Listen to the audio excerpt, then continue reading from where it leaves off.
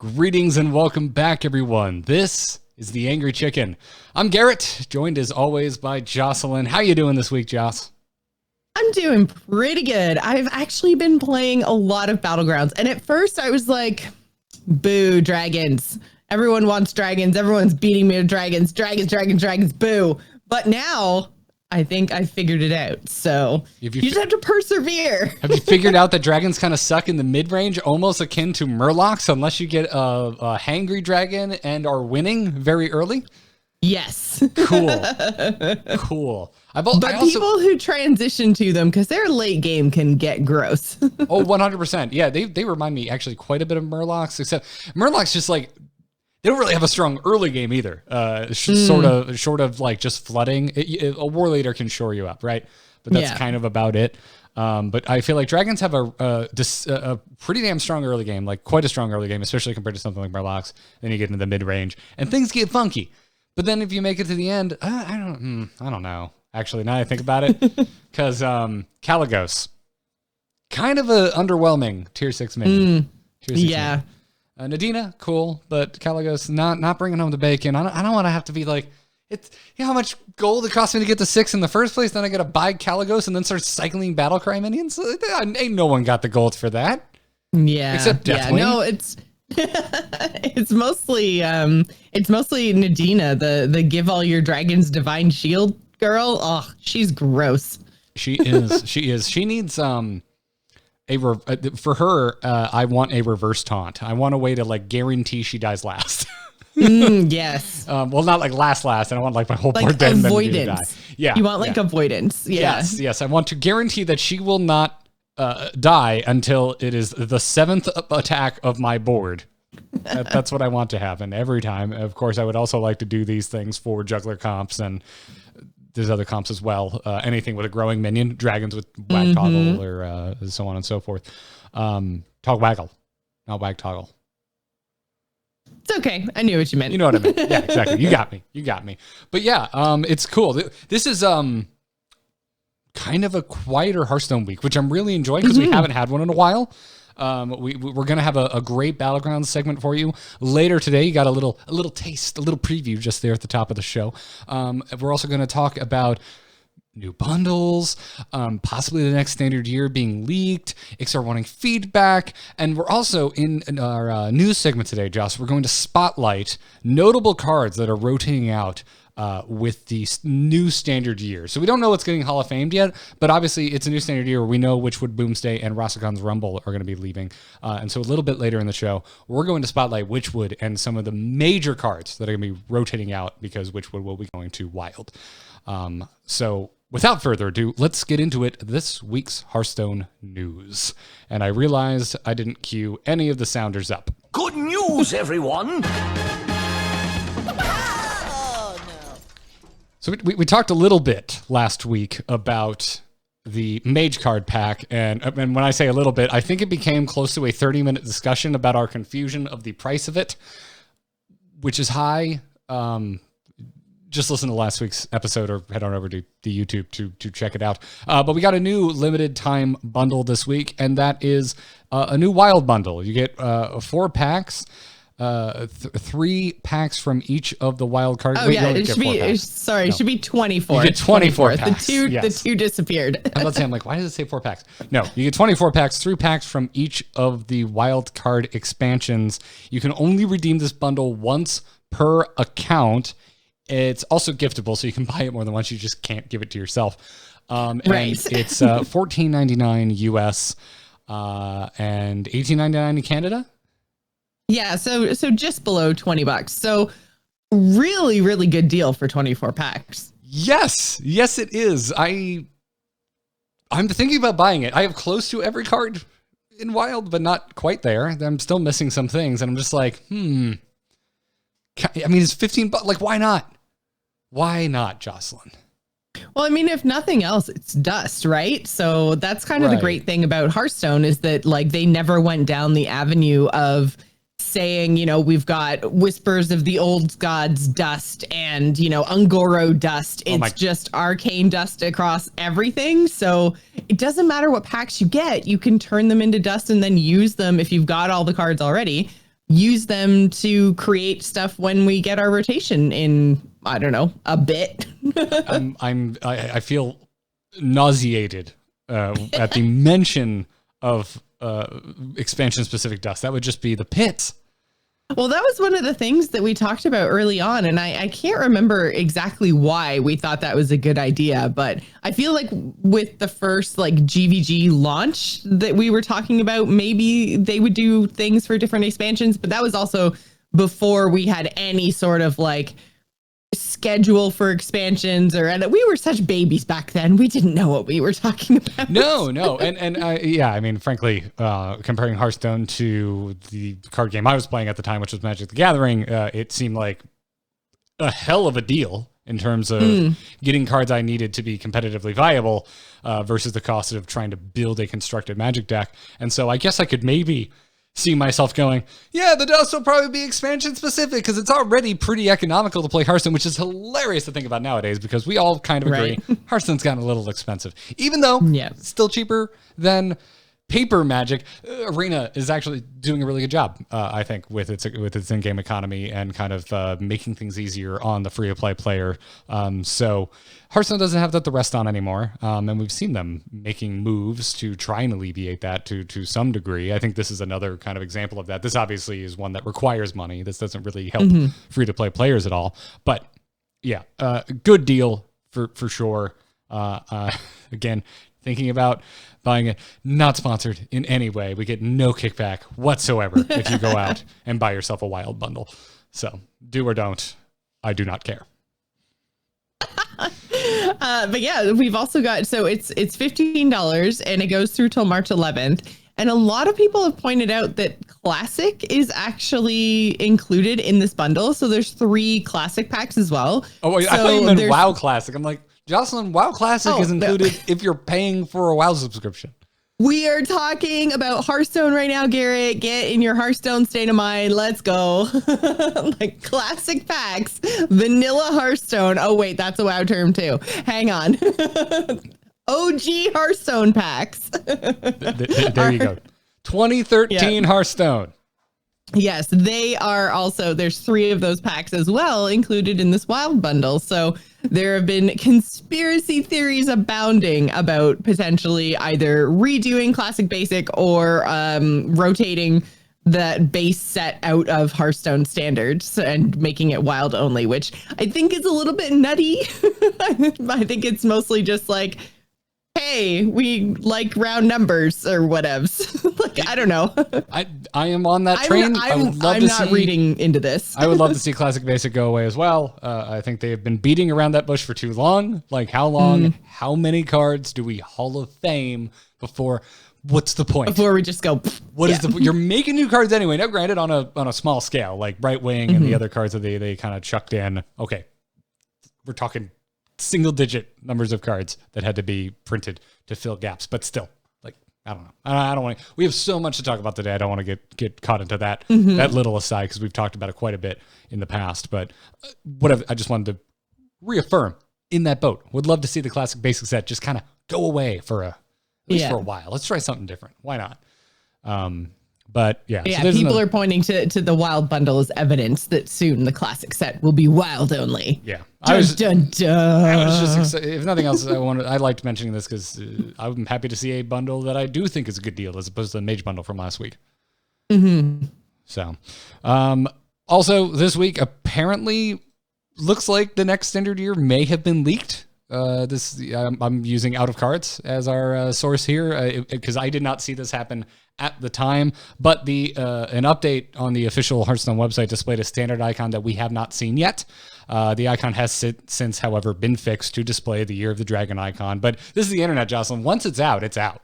It is totally out. I am on Out of Cards right now, and it's sitting there. For the audio-only listeners, the icon resembles a beaked creature with a long neck surrounded by flames. First time I saw this, I thought it was a dragon, but we just did Year of the Dragon. Yeah. And that's all It kind of looks like, it reminds me of like the Swarovski like swan, but then it's got like the whooshy bits. Yeah. And I'm like, Year of the Swan doesn't really Year of the doesn't Napalm really Swan. sound cool. It's the Napalm Swan, Jocelyn. That's truly what's going on. And we know it's going to be Year of the Unicorn, so we can't.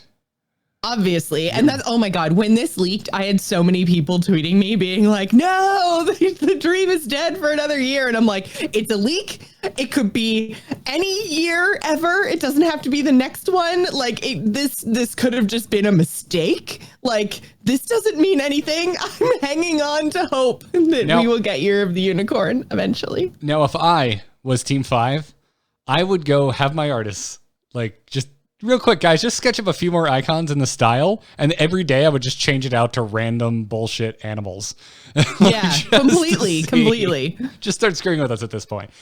So, yeah. Well, yeah, because right now this looks like, big mistake, leak. It was on the official Hearthstone website too. So this wasn't even like, some other somebody, some partner or something accidentally leaking things, or like we've seen before with like story beats being leaked in other games because of like resumes and things. Like this wasn't that. This was an image on the official site. So somebody's working on something in the background that they shouldn't have been and accidentally pushed the go live button, which they shouldn't have done.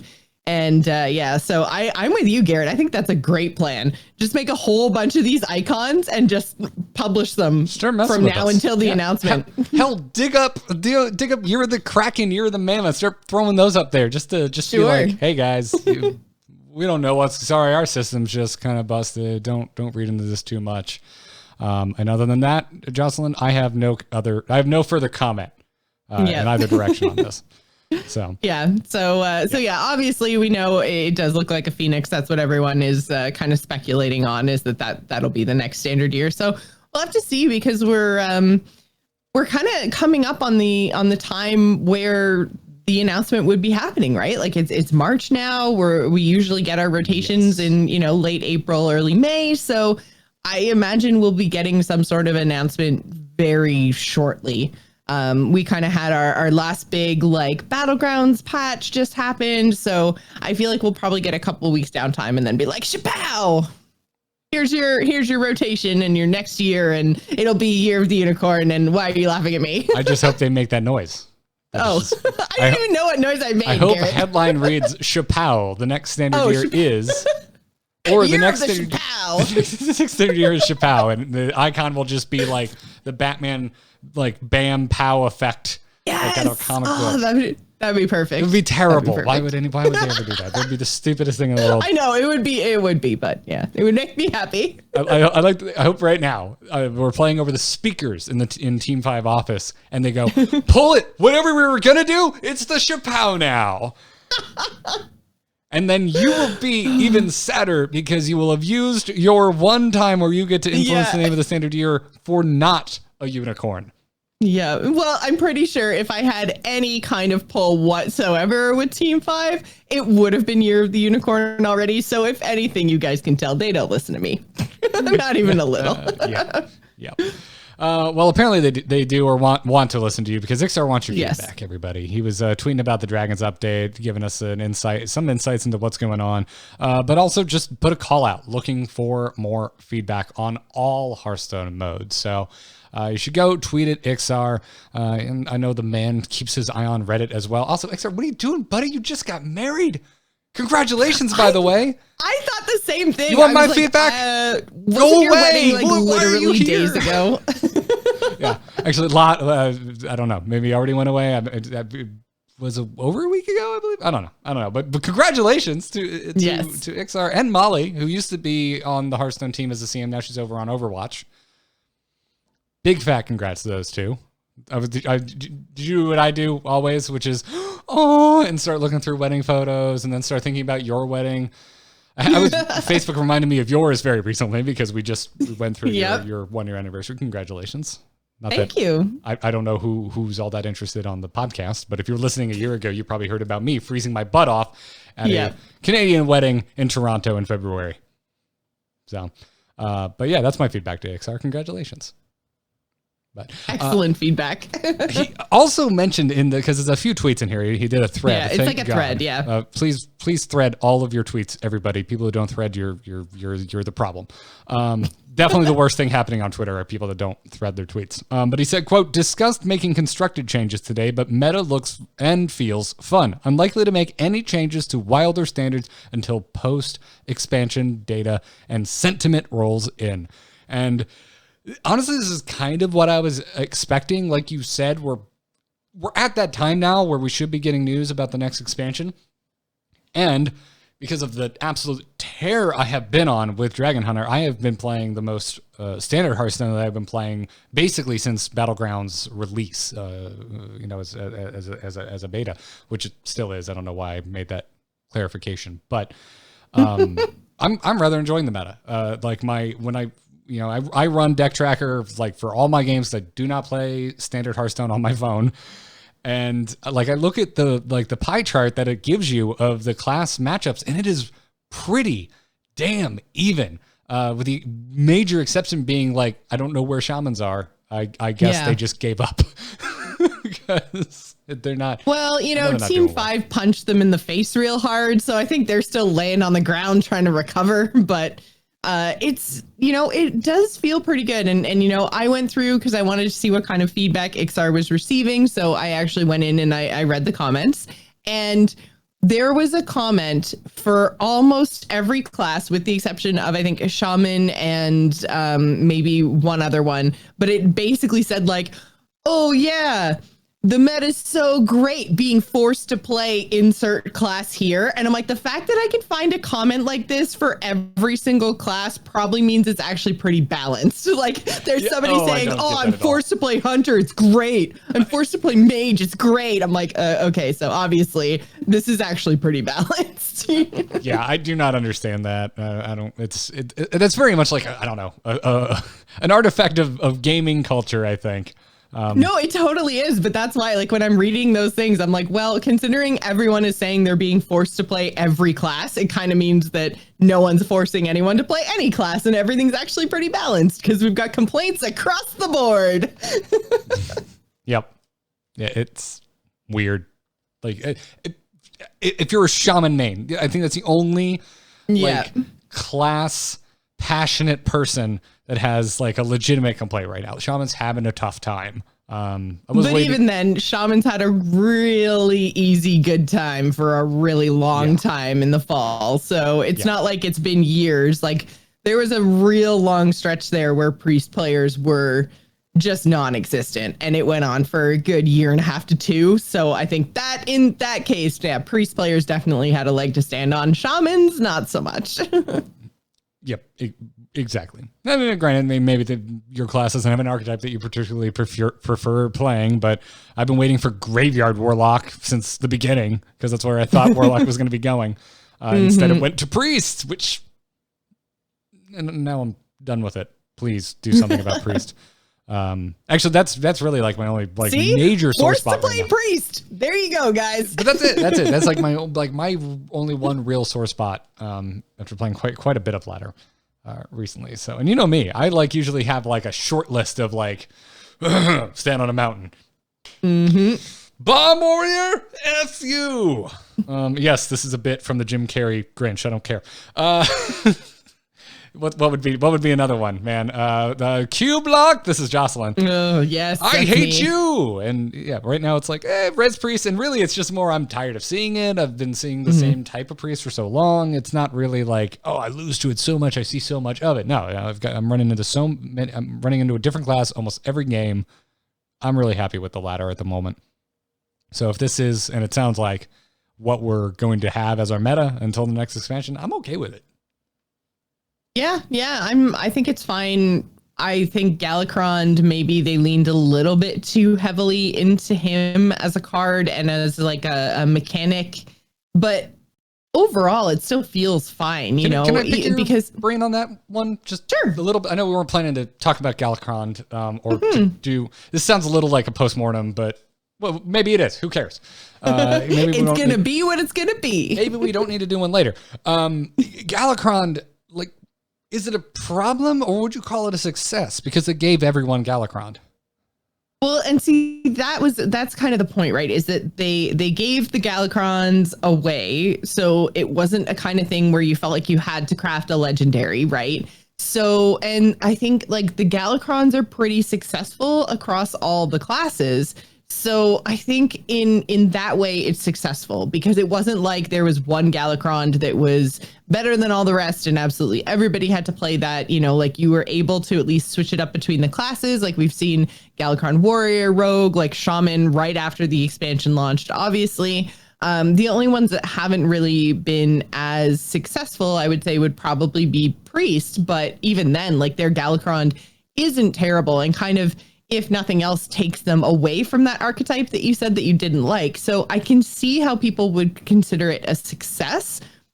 I think maybe where the failings happen is more along the lines of, although, I mean, Highlander Mage is fine, but I feel like the explorers, like the heroes, the good guys, didn't kind of have as much of an identity. They weren't kind of like united under this umbrella of Galacron. Like they just didn't have the Galacron equivalent, and so lost a little bit of their kind of their kapow, their excitement, like their, you mean their shapow? Their thing.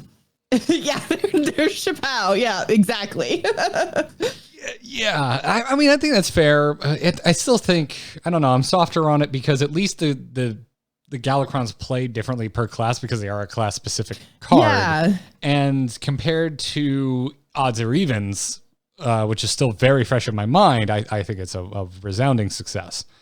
Mm-hmm. So I'm kind of happy with it, like overall, because I really like Cthulhu. That they were like, it's so funny because I feel like Cthulhu is a great example. Cthulhu is something that was decent. It was playable, but it wasn't like you felt like you had to play Cthulhu decks for the whole expansion, like it was actually like, I would say probably N'Zoth was the more, and I guess Yogg in his, super early form before he was changed. Like those are the old gods that were, I guess, competitively viable. Right, but Cthulhu was given out for free. Cthulhu was decent. Yeah, Cthulhu was free and Cthulhu was decent, so you could make an old god deck and kind of like join in the fun without having to craft a legendary. So I think that was really good, because I think it's really important that people, if you're going to kind of really lean into some of these themes, I think it's important to make sure that, the theme is accessible for your free-to-play players if you're going to like lock the theme behind legendaries. So I'm on board with like giving things out for free. I don't know. I feel like they were just, sorry, I'm getting attacked by my cat right now.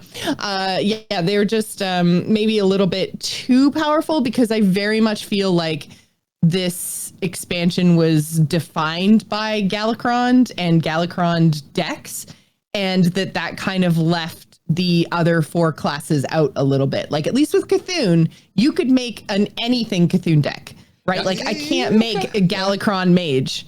I can't make a Galacron Paladin. So that would be like my only kind of like criticism is that, I don't mind all 9 classes being, Galacron blah, but that couldn't happen this time. So I think that was just the little miss of this. But I think Galacron was powerful for the classes that had him. So that meant we had 4 to 5, viable classes, which is also really good. Yeah.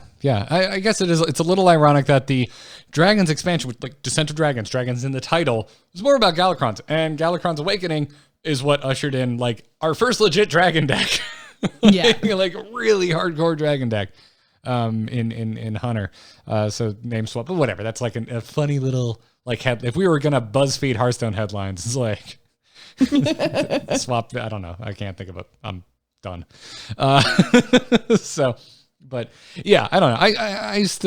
I like Galacron overall. I think, I can see the lessons learned from things like Cthulhu and whatnot. And this is my favorite of anything like that they have pulled off. I think they pulled it off quite well. Maybe too well in Shaman. And then they nerfed it so bad that it's actually bad now. Mm-hmm. And Priest obviously having some issues, but I think that's, No, I don't think that. I almost said, I think it's more because Priest doing other things is better. I do think it's because their Galacron is bad. I just don't like the Priest Galacron. but it's fine. They tried something. It is fun. It is very Hearthstone-y in its spirit. It's just that it turned out all the other Galacrons are like legitimately competitively viable. So it sticks out a little bit, but I've been happy with it. So anyways, before we talk about notable cards that'll be rotating out with the next standard year, we want to thank those of you supporting us over at Patreon. Head on over, patreon.com/TAC right now. Give it a look-see. If you're unfamiliar with Patreon, it's an opt-in subscription for the show. The show's free, always going to be free, but if you like what we're doing here at the Angry Chicken, you want to help us keep the lights on, pay for servers, keep our equipment up to date, make sure our hair is beautifully bleached. Ain't expensive, y'all. And a lot of you are going, I listen audio only.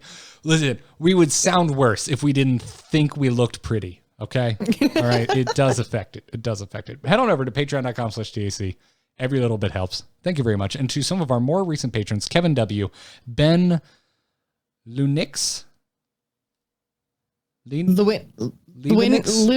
don't know. Yeah, that one stumps me a little bit. That one's a tough one. And Boopty Bop, if that is your real less name. Tough, but amazing. And if it is your real name, oh my God, that's awesome.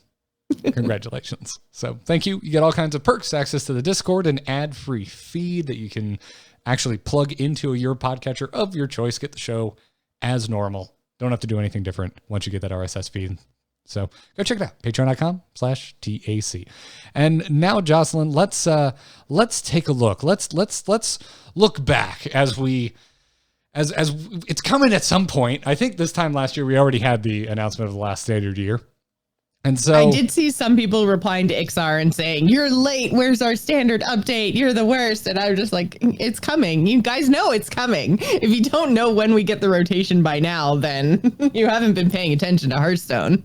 Yeah, it is late compared to some years. But whatever the case is, now is as good a time as ever to kind of look at, like, what are the really big cards that we're going to be losing? Now, we don't know Hall of Fame, but we do know that Witchwood, Boomsday, and Rossicon's Rumble are going to Wild. So if you are a standard player, which many of us are, I like this conversation. I like thinking about who are the heavy hitters that are going away. And Jocelyn, I thought we would start with the most on-the-nose call you've ever made in the history of Hearthstone about a card that was going to be good and have a lasting impact on the meta. And what card is that? It's Life Drinker. And Garrett, it is my proudest Hearthstone moment. I feel like it makes up for early Jocelyn loving Eye for an Eye just for the vengeance factor. So I feel like calling Life Drinker being impactful is just, oh man, it's going to live on in infamy. I will probably never do it again. It was a total fluke, but yeah, I'm sad to see it go. Well, it's Fluke's glorious fluke. Yeah. So we're going to talk just about Witchwood cards. We'll probably do both Boomsday and Rastakhan's next week, because I think combined, I think they have kind of this, like, as many impactful cards as Witchwood really kind of set Hearthstone on fire when it landed. Yeah. And so, yeah, we're just going to talk about Witchwood today, and we'll be back next week talking Boomsday and Rastakhan's. But now let's talk about class specific. Mage, I think, are losing two really notable cards that will be rotating into Wild out of Witchwood, and that's Arcane Keysmith and Book of Specters. These are two cards that just have been popping up off and on since Witchwood released. Yeah, I know Arcane Keysmith, especially when we're looking at the like Highlander decks, is just so good. It gives you the flexibility to maybe have like duplicate secrets, or, you know, like just have an extra card in your deck that you wouldn't otherwise get. Like Arcane Keysmith has been really, really good. And I mean, one of the coolest golden animations while she juggles those awesome keys. I love it. If you're a Harry Potter fan, you must love this card. Oh, yes. Yep. I mean, yeah, just has been a fuel for many a Mage secret for almost 2 years now. Book of Specters, big card draw engine. I remember being very skeptical of Book of Specters when it was first revealed, but it turns out definitely works in the right decks. In the right deck is so key. Yeah, yes. I honestly, like, even when I build a deck that should be good with Book of Specters and there's like a 5% chance that I'll discard something really good, I always discard something really good. Yeah. Me too. Yeah. Because it's Garrett luck. It's because, yeah, exactly. It's don't you just co-op my luck? You're lucky. I don't want to hear it. Well, not so much in card draw, just in pack openings. But at the same time, like, I mean, it was a really solid card. It was a staple in a lot of different decks over the last couple of years. And I think Mage will really feel it if they don't get some sort of, I mean, they're always going to have Arcane Intellect, assuming that we don't, rotate out the classic basic sets, but they'll still have Arcane Intellect. But it just like that 2-mana spot, that extra card draw, it was really, really good. So I don't know. I'm hoping Mage gets some help in that area, but it might also be one of the things that they're looking to change, because we had all of those class identity posts. That was what, I don't know, it feels like 6 or 8 months ago now, I think. So I mean, they might be trying to take away some of the card draw from Mage. Maybe. I almost said Magey and then it wasn't going to work. But yeah. As for Druid, we're losing Witching Hour and Ferocious Howl in Standard. Going bye-bye. Both these cards have, again, made some waves. Maybe Ferocious Howl a little more often than Witching Hour, but Witching Hour very much in our minds right now because of Embiggen Druid. Yeah, I think Witching Hour was impactful not only in Big and Druid, but also in the Hadronox Taunt Druid. Mm-hmm. Like it's definitely seen its day. It was a really, really powerful card. And yeah, it's definitely the gas behind that Embiggen deck right now, but it doesn't mean it hasn't been in the meta the whole time. So like, I mean, yeah, Witchwood in general just had a lot of really powerful cards, and Ferocious Howl too. Like that kind of just came into the meta, and regardless of what you were playing, just kind of stuck around. Unless, I mean, even like token druids, I think, are the only ones that never really played it that often. But if you're going to be, playing big mana anything, spells or minions, and there's a chance that you're holding on to, 5 cards or more, then Ferocious Howl is just so good. Drawing a card and gaining that armor, oh, man, it's dirty. So dirty. So dirty. Which, it's a druid, it makes sense. I'm pretty sure they don't know what soap is. Oh, God. I was like, is he gonna go like the nature, sleeping under trees and the roots route? Yeah, and dirty tree huggers. In fact, some of them are just dirty trees because they can turn into trees. That's true. Yeah. Yeah. But I don't think I'll miss these cards as much as I will things like Life Drinker or Arcane Keysmith, but still notable cards that will be hitting wild. Over on Hunter in Witchwood, Rat Trap really stuck out to me as a Witchwood Hunter card that's going to wild. That's, again, has gone in and out. Although Hunter has had like 6 competitively viable archetypes in every expansion, I feel like, since Witchwood. So I think there's always been at least one deck running Rat Trap that works. It's very true. Rat Trap has seen a lot of play throughout its kind of stay in Standard. It definitely was one of the kind of secrets that cycled in and out, which I think really helped it, because it kind of would cycle out for a while. People would stop playing around it. Decks would, anytime there was a lot of aggro, or there were, anyone trying to, I don't know, build a giant Van Cleef, all that kind of stuff. When those decks were more popular, that's when you would see hunters be able to rotate Rat Trap back in. Now, Rat Trap was one of the easier ones to play around. However, even just making your opponent play less cards in a turn so that you didn't get that 6/6 beast on the other side of the board did, disrupt turns and make people play differently. And sometimes that was enough for the hunter to get the edge. So I think, Rat Trap, though it may have kind of rotated in and out, it's still going to, it's such a unique effect where you're trying to impact your opponent's turn in that way. Otherwise you get this huge upside to help you, counteract the fact that they've played so many cards. It's just so unique. It's not like, attacking minions, attacking your hero, like testing for all those different secrets. It was really in a class of its own. And so I think Hunter's going to kind of feel that. Because again, even though it's almost like a tech secret, right? It rotates in and out of play, but it's powerful and it's strong in its own right. So yeah, I think they're going to feel that one for sure. Yeah. And then we're going to finish off this with like 3 heavy hitters. Okay. These are, I think, Life Drinker aside, 3 of the biggest cards that will be going to Wild out of the Witchwood set. Rogue, Blink Fox. Oh, I love my little Blink Fox. Like hashtag iconic, I think, at this point. Yeah. Like Blink Fox is an icon of the class. Yeah, this one was an insta gold for me. Like, go to, just make it. It's like Joce in a card. It's all like kind of spooky and kind of blue looking, but then there's like little pink like hearts and stuff. And oh god, oh man, I love this card. And the effect is really cool. But yeah, art wise, this is Joce in a card. I'm not sure I've ever thought I've never thought Jocelyn and spooky. Not once. Not once. Maybe your stabby emoji. That's about it. Yeah. That's about it. But I've played Dead by Daylight with you, and you scream almost as much as I do. So not anymore. I'm so good now. I only scream when it's the spooky, like no terror radius killers. But everybody else, I'm like, I'm a survivor, man. I'm the best. Screw you, killers. It's me. All right, Warrior. Listen, I know it's a 1-drop. I know it's only got 1 attack, but this card has been the gas in the tank for so long. It's Town Crier.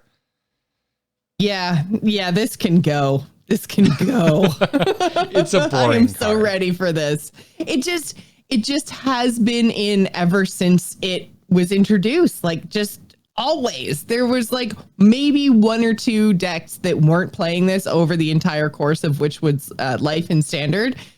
And oh man, those were just very, very like Pirate Warrior. Like, okay, you don't have a pirate tag, so you're out. But every other kind of warrior was just like, yeah, sure. Why wouldn't I want this 1/2 that draws me a card that then will help me control the board in a turn or 2? And especially now with that stupid Galakron, the 3/2 Scion of Ruin. Yeah, this into Scion of Ruin can just get punched in the face. You're trying not to say Esset?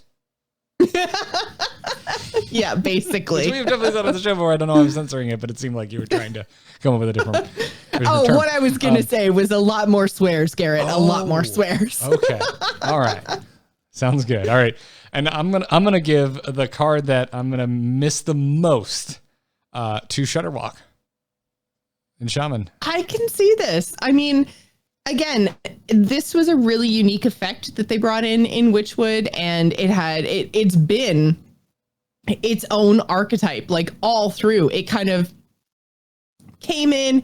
It was really funny. It was really cool. We were like, oh yeah, this is going to be pretty neat. And then like, bam, day 1, people are like, okay, so here's how you like OTK somebody. Here's how you infinite this and infinite that. And here's how you break the timer so your opponent eventually just leaves because they didn't think. I forgot.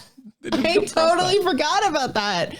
Yeah. So, I mean, it's definitely iconic. It was unique, and it's kind of too bad that it's rotating out because it's not nearly as oppressive now as it was when it came into the game when Witchwood launched. So I'm at the point now where I'm a little sad to see it go. And I played a lot of Shudderwalk Shaman. I really liked the way that the deck played. I liked having a combo that just kind of got better and better as the game went on, that you could kind of build throughout, as opposed to having to play like 5 cards in a turn to do something powerful. It's like if I play 5 cards over the course of a game, then that's really cool. And I think that they kind of, the spiritual successor to that is very much like Galakron decks, where, you're invoking and your combo, your Galakron's getting more and more powerful. I mean, Cthulhu was kind of similar. And so, yeah, like I like that style of deck. And this was basically like that deck in a card, tied to other very specific cards in the Battlecry cards. And there were a lot of Battlecry cards too that were, came out throughout this whole, I guess, Year of the Raven and then into Year of the Dragon, that made this deck kind of evolve and change over time. And yeah, I think Shudderwalk was a success. Agreed entirely, and honestly, like compared to Galakron Shaman, I think they did a better job like reining it in. like Like, because it's still, it kept coming and going and finding its place and losing its place and so on and so forth. Whereas Galakrond Shaman's kind of dead now. And I'm probably the only person who misses it, but I liked how the deck played, even though it was clearly too powerful. But gonna miss Shudderwalk again. Like, if I'm saying that Blink Fox is an iconic card that we're gonna lose to Wild, like Shudderwalk is right there with it. Yeah. So gonna miss these cards, but I'm excited to see what comes next. And someone out there's like, you've already seen it, you just can't talk about it. I'm like, shh.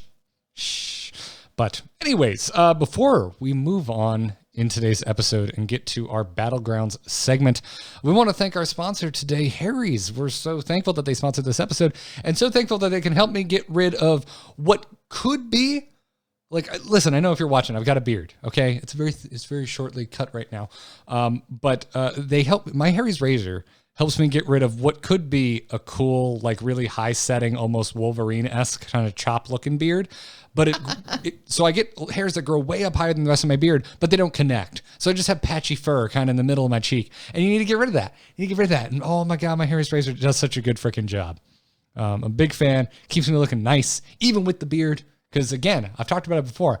My neck, it doesn't look like this naturally. No. This would look like a fuzzy log if I let it grow out. It just goes all basically all the way. Fuzzy log. I mean, it basically circumnavigates my neck. Half. Yeah, it's just my neck hair just gets out of control if I don't keep it in check. So that is exactly what my Harry's razor helps me do. So you should go check them out over at harrys.com/TAC. They have an amazing offer for listeners of The Angry Chicken. New customers are going to get $5 off a trial set. Again, that's harrys.com/TAC. And you're going to get a 5-blade razor, a weighted handle, their foaming shave gel with aloe, which I need because despite the fact that I'm a naturally born Floridian, aloe, I always need it because I sunburn and it's just the worst. And it smells so good. Big fan. You're also going to get travel cover so you can take it with you. I basically only go to southern states, so I continue drying out, getting sunburnt. I love their freaking shave gel because it's like, oh, I'm traveling, I need a shave, and there's aloe in this because good. The only other places I go are New Mexico, the desert, and California, the desert with an ocean that lies to you and makes you think it's not as dry as it actually is. So you should go check them out to join the millions of guys who are already saving money, and go to harrys.com/TAC and claim your offer today. We thank them for their support. We thank you for going to harrys.com/TAC. And now with that in mind, let's get to this week's Battlegrounds segment.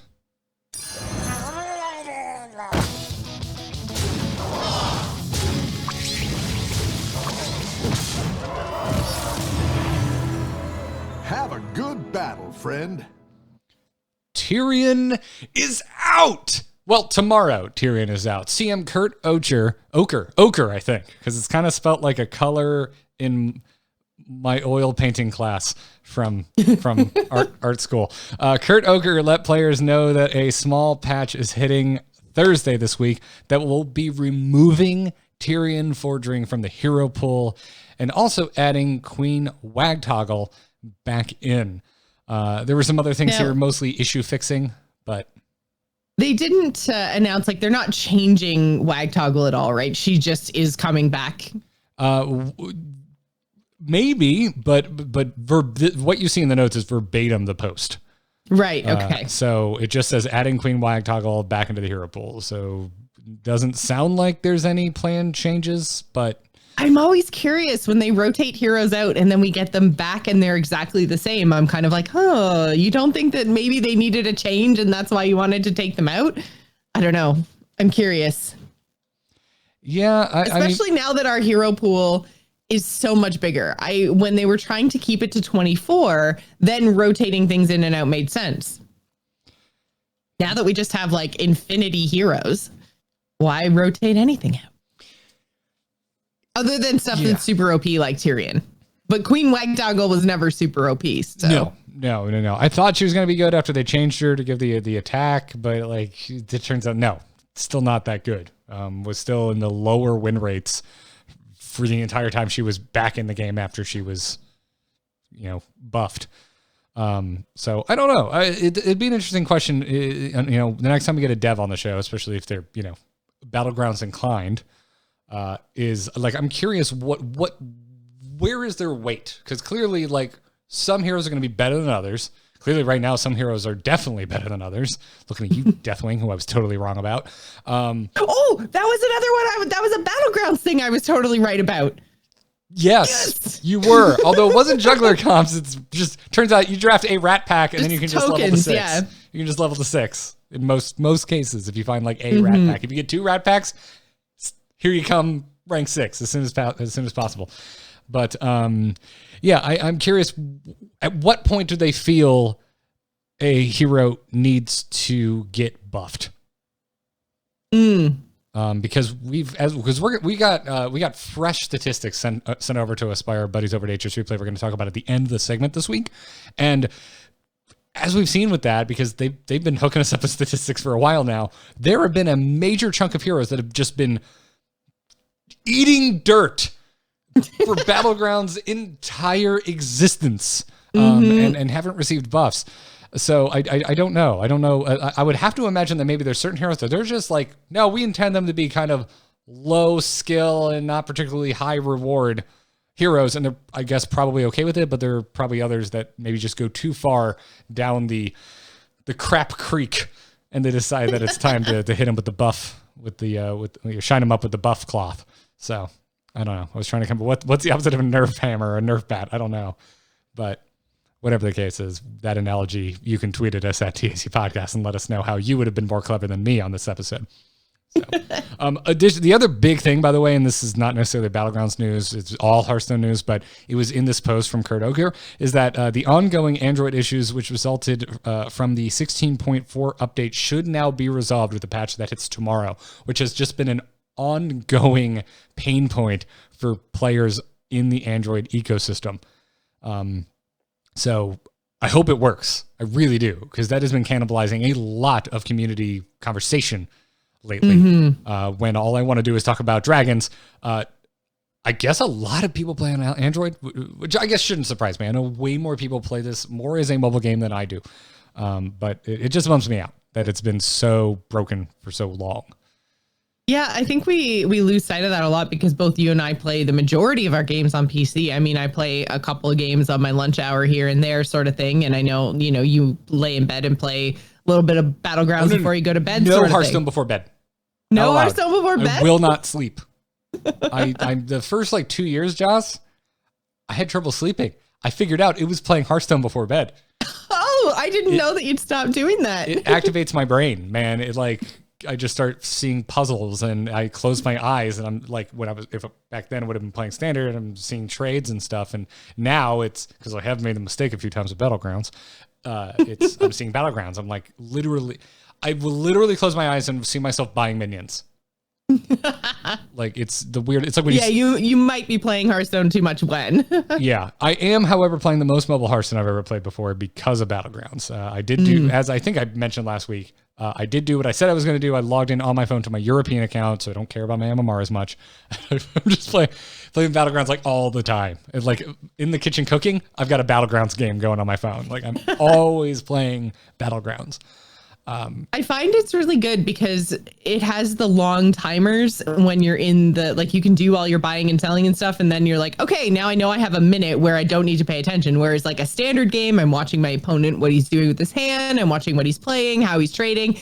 But when you're sitting in the tavern, there's literally, once you've done all your buying and selling, there's nothing to do. And you just got that timer to kill. So you can literally walk away for a minute and then go do something, put something on the stove, mix something together, whatever. This will be a wonderful time for a HelloFresh read, which we do have today, but I'm not going to put 2 reads that close together for you listeners. It is kind of perfect for that. So I think more than usual, I'm kind of feeling for Android players right now because I have actually been playing on my phone and I'm like, oh, I've really been enjoying this. If I couldn't do this, I have an iPhone, so it's stable. That would suck. I'd be really mad about that. So it's a bummer. Hopefully it fixes it tomorrow. We will see. So yeah, Tirion going bye-bye. Also, they kind of stealth changed the minion pool and how many minions are in said pool. This was confirmed by Hearthstone game designer Puffin that there are now more copies of Tier 6 minions in the pool after the launch of the Dragons patch. And he gave us an exact number. Actually, it turns out they removed 2 copies of each minion at tier 1. So there's actually fewer copies of each tier 1 minion than there were before.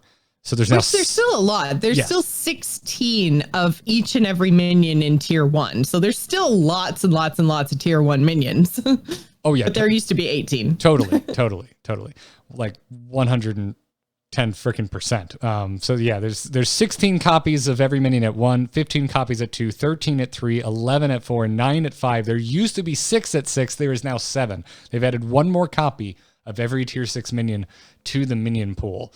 And so little more consistent.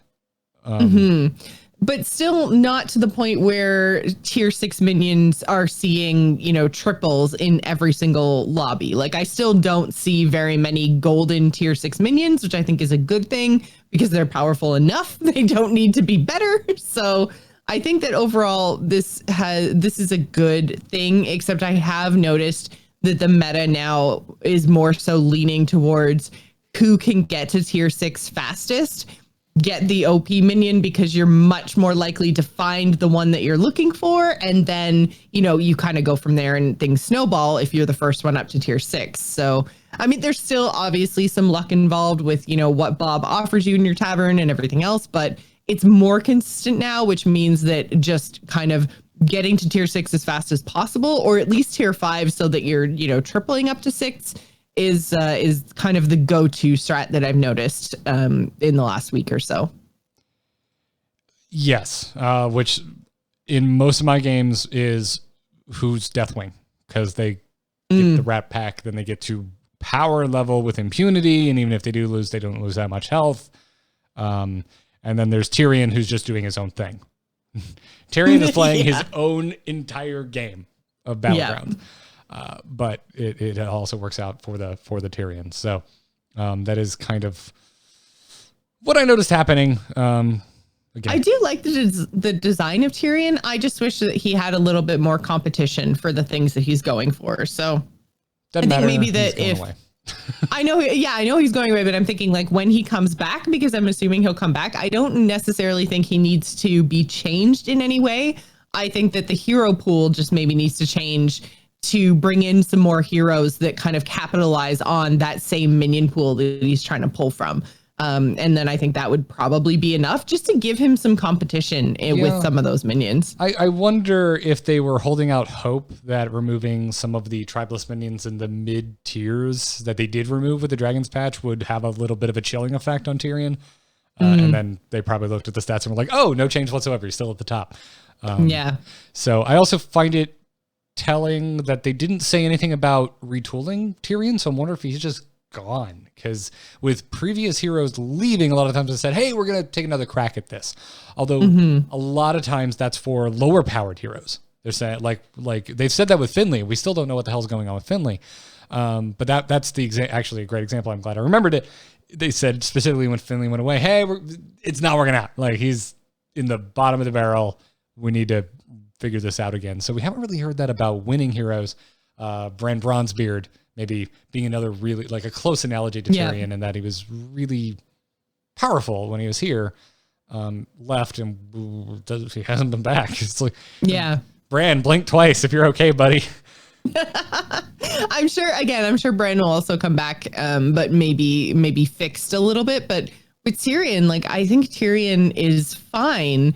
It's just that nobody else is kind of going after the stuff that he's going after. So then it makes it just so he's just so much better, right? So because, if I decide, hey, I want to go juggling demons, or I want to go dragons, or I want to go beasts, like other people in my lobby are probably going for that. But, nobody's going for tribeless minions except Tirion. So I think that could be the change that he needs, is just more heroes that are competing for those same minions.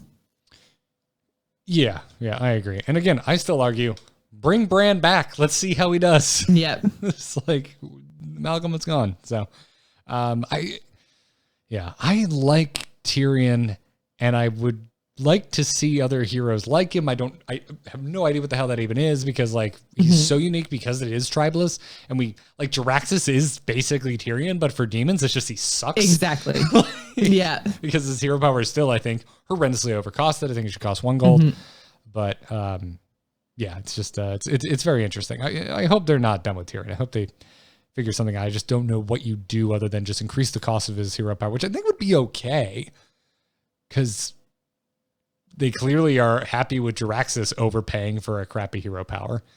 Well, and that's kind of the thing, right? You either bring Tirion up or you bring him down, right? I think you can do both. I think you can make Tirion 2, because just the way the game is played, Tirion gets whatever the hell he wants, and Jiraxis, like, there's one tribe that he gets any benefit from. Make it 1 gold, man. Give Jiraxis a break, especially post the demon nerfs. Watcher going to 4 has had an impact. Now, granted, it'll be a little problematic with juggler comps, but yeah, I don't actually think. I mean, I've seen people playing juggler comps, but I haven't really seen anybody going for Watchers since they changed its tier. Like that changed from 3 to 4. Yeah. Like you have to get it at the exact perfect time for you to have enough time now to actually level it up. And like I said, so many people are racing to 6 that, you know, the Watchers just there's no interest. Yeah. Yeah. I've been struggling. I've been struggling quite a bit in the dragon meta. I opened up really good. Like I had a great opening first 3 days, but that's because everyone was drafting dragons. And I'm like, all right, I'll literally draft anything else, and I'm going to get a halfway decent comp, and it worked. And honestly, I was just grabbing kobolds. Cobalt is not working anymore where I am at. The drafts are just too aggressive. Everyone, it seems like, is power leveling, and it's like whoever power levels and doesn't get punished for it, like just runs the board, runs the table, and Tirion. So usually Deathwing Tirion, although because of I think the hero pool is big enough. I don't have them in every game, so I do have kind of more interesting games from time to time, but it's interesting. But then I had like a Sylvanas game where I got like 2nd place, and I drafted a juggler comp, and I didn't get a juggler until top 3. Oof. And I got 2nd place. Like, so it's like, which is crazy. I have these moments where I go, I know nothing about this game. I don't understand it anymore. They changed math. Why would you change math? I'm done. And then like I get my hell, which is, oh great, I'm on Sylvanas, and all I'm getting offered to me are... I think I've played her 1 time because she just doesn't work. This was on my European account. I had 2 options. It was that or Ragnaros. Okay. So yeah, then whatever. Anyways, still having a good time coming back around on this meta. So also Iksar, it's just been really chatty this week, and spoke to Hearthstone. Apparently this is just a little bit of an interview that Hearthstone conducted with Iksar at the summit from a couple of weeks ago. We also conducted an interview or two, and some of it I could show and some of it I couldn't, and I don't want to dig through it and find the stuff that I can and accidentally show stuff that I shouldn't. So, well, you're just gonna have to wait until all the embargoes are lifted, and then we can just put those interviews out. But Hearthstone put out what they could say from their talk with Iksar, and it was on the future of Battlegrounds and a possible progression system for this mode.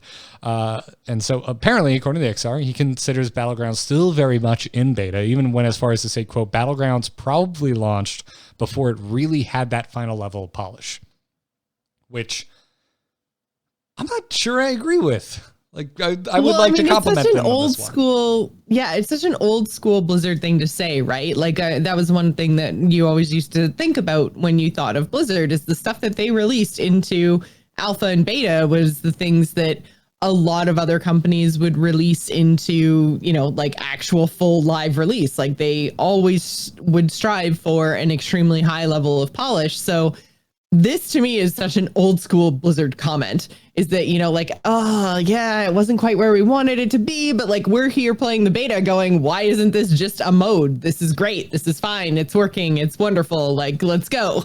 Yeah. To me, playing it is reward enough.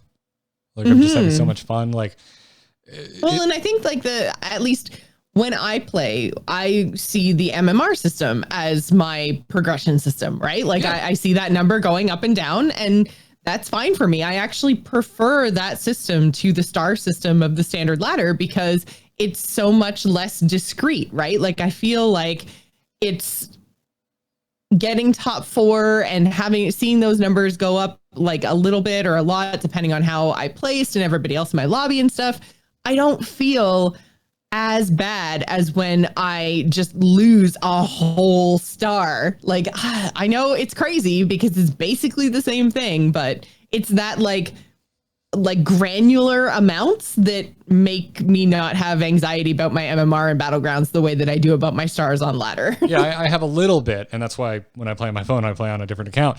But I don't have nearly as much, and I see that reflected in the community, at least where like I go and I see people talking about Battlegrounds.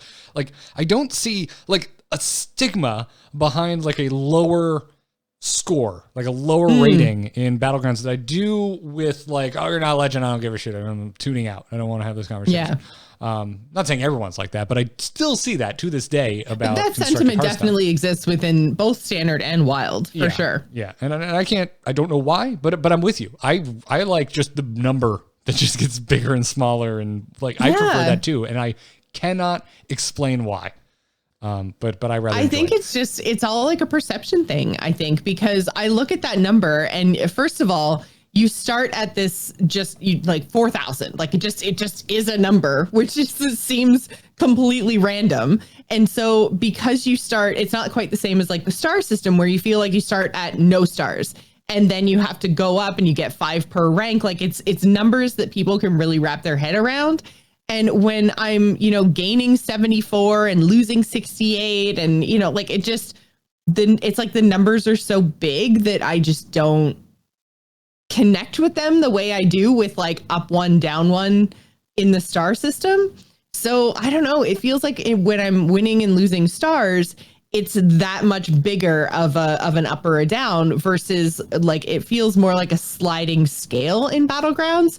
And I find it a lot harder to compare people based on MMR in Battlegrounds. Like I know some of the streamers that I watch that are over 10K. I'm like, wow, they're really good at Battlegrounds. But it's like our ranks are so, again, small and easy to wrap your head around that you can say like, okay, I'm, rank 1 or 2 or legend or whatever. And those are a lot easier for someone to wrap their head around and compare versus if you say like, okay, someone who's maybe at 5,500 versus someone who's at 8,000. Are they actually different in terms of skill? Are they, or is that more of like because you've had time to play more games and you've been grinding more? Like, I don't know. I can't wrap my head around how to compare to Battleground players. And maybe it's just because it's also very new. But like in the star system, it seems much more obvious of, like a legend player versus a rank 5 player versus a rank 15 player like that. I don't know. It's much more set, I guess, in my head. Yeah. I also like that it's not resetting monthly. I like it that it's this thing that I can chip away at over a longer period of time. That too. Which I think also makes it harder for the comparison, right? Because it's like we haven't had any sort of MMR reset or anything like that. So no, I bet we will. And I would even, and this is based on nothing, by the way. I have no insider information on this. I bet we will. I hope it's not monthly. Like I bet it'll become a regular thing, but I hope it's not as regular as ladder reset. Yeah, I think it would make sense to do it at least to wipe us when it comes out of beta. Like once they've decided on what the progression system is that they want to add and how they want that to look, and then they bring it out of beta. I would expect like a live launch to just wipe your progress. Well, let's talk about it in a second, because I think some of what Iksar mentions here makes me think about how they could, and I think maybe should handle it. So he said that they very much want to add a progression system, but continued saying like there are other features that they really want to hit first, like before a progression system. And apparently at the very tip top of this is the 8-player lobby. Apparently that's a really big one. It's like the main thing that the team wants to hit. I'll even read a direct quote here. He said, so you can queue up with your friends, but also for organizers outside of Blizzard to make their own tournaments and broadcast those for people to watch. So that's really the first feature. Like, I know we like to not carve anything a dev says in stone, but damn it, like clearly 8-player lobby, top of the list. Well, I think that was one of the first things that people were asking for. And I think especially after Blizzard held their own Battlegrounds event. I guess I was going to say tournament, but it wasn't quite a tournament. I mean, it was maybe you can call it that. Yeah, kind of. It was basically the best that they could do, given that people could only queue in as pairs. And I think that really like made them realize that what the community said, like right out the gate, is like, why can't we do full 8-player lobbies? They were kind of like, oh, hemming and hawing, and then they went to do their own event and went, oh yeah, no, we should prioritize this style. What we've just tried to do here works okay in a totally closed, very small group of hand-picked like personalities and streamers. But as soon as you try to release this to the wider community, it's just not going to run smoothly. And they even had some hiccups when they had that small group. So, I mean, I can understand them wanting to give the community what they want, in that, you know, the community wants to run these tournaments. I think the Battlegrounds event that Blizzard did run was really fun to watch. I watched a lot of it, and I would watch community run Battlegrounds tournaments for sure. I think it's a really fun and engaging mode. So I don't know exactly what the format of that tournament would be. I'm sure there's all kinds of auto battler tournaments out there that they could pull formats from, but yeah, I don't know. I think this should be a priority, and it's good to see that they're like, yeah, no, this is our number one first feature is going to be able to queue up with your friends. The one question that I have with this is, if I queue up with like 5 of my friends, will it backfill with 3 other people, or do I have to try to, you know, find 8 players in order to start a lobby? Yes. Might not be terrible if like you can easily join from your friends list. So Garrett, if you flag yourself as like, Garrett wants to play Battlegrounds with friends, and then, you know, like my friends list like pings, or yeah, and like my friends list has like a glow around it or something, and I click on it, and then it's like, oh, click on Garrett to join his Battleground lobby. Like some way that the UI kind of calls attention to it, because otherwise it would be so hard, I think, to organize. So I haven't really thought about social features in Hearthstone in a really long time, because frankly, I don't think the game needs it. But the second we get 8-player Battlegrounds lobbies, and I hope this doesn't deter anybody from like, oh crap, we're going to open a can, whatever. I would like clans then, or like chat channels, something where you can organize this like at a really base social community level. I want 8-player lobbies, if for nothing else, for fireside gatherings. That would be fun as hell. Yeah. Like so much fun to like, all right, who wants to play in a Battlegrounds lobby, and you just like sign up. It's like, all right, we've hit 8. All right, we're starting a second lobby. All right, we hit 8 again. Like third lobby. And you just like imagine like having like 4 tables, whatever 16 times 2 is. 32. playing that many people playing freaking Battlegrounds together. Clearly math not my strong suit. It's fine. It'd be really cool. I haven't done a fireside gathering in forever. Miss you, Amy. But yeah, that'd be a really great tool to have. And yeah, I'm with you. Last few weeks, Joss, you've had a few. I don't want to call them rants because it makes it sound like a mean thing. But you've had a couple times where you've like gone off on this string of points, and I'm just like, I agree with everything. I was nodding for the audio-only audience. Okay, well, like, that's good, because I don't want people to think that I'm ranty. I'm actually really enjoying my time in Hearthstone right now. I was struggling for a word that didn't sound judgmental. So, but like you hit a string of points where I'm just like, I agree with everything. I have nothing more to add, because I too loved their show tournament, and I'm really surprised they haven't done anything else since. Like, dragons are here. How did you not plan a dragons event around dragons getting added? Like, do the same thing. Just do it again. I want to watch that. It was really watchable. So it was really watchable, but I'm sure it was also extraordinarily expensive for them, because the prize pool itself was huge. And then I don't know if they, paid people's appearance fees or whatever, but they also had a lot of big name people coming to that event. I have a feeling that if they didn't have appearance fees, a lot of those players wouldn't be there. So yeah, more to my point, saying that was quite an expensive event, and I don't know if they would be able to kind of duplicate that, especially for a mode that doesn't have any like direct monetization, right? Like if you're pumping money into your esports, that kind of makes sense, right? Because that is standard Hearthstone. In order to compete and play all the decks that the pros are playing, you probably need to buy cards, so you can kind of draw that direct line from standard Hearthstone esports over to money for Blizzard. It's a lot harder for Battlegrounds because it's a totally free to play mode. So it's a lot harder to kind of draw that, like, this is bringing in money into the Hearthstone ecosystem, into Blizzard. Like, drawing that line is much more difficult in Battlegrounds. So I can see how they wanted to be like, hey, we have a new thing. Let's pour some money on it and see what happens. And it was successful. The event was successful. The mode has been successful. Obviously, they can't stop updating it and we can't stop talking about it. So it's super fun. But yeah. Yeah. So anyways, Iksar continued on saying that what was that?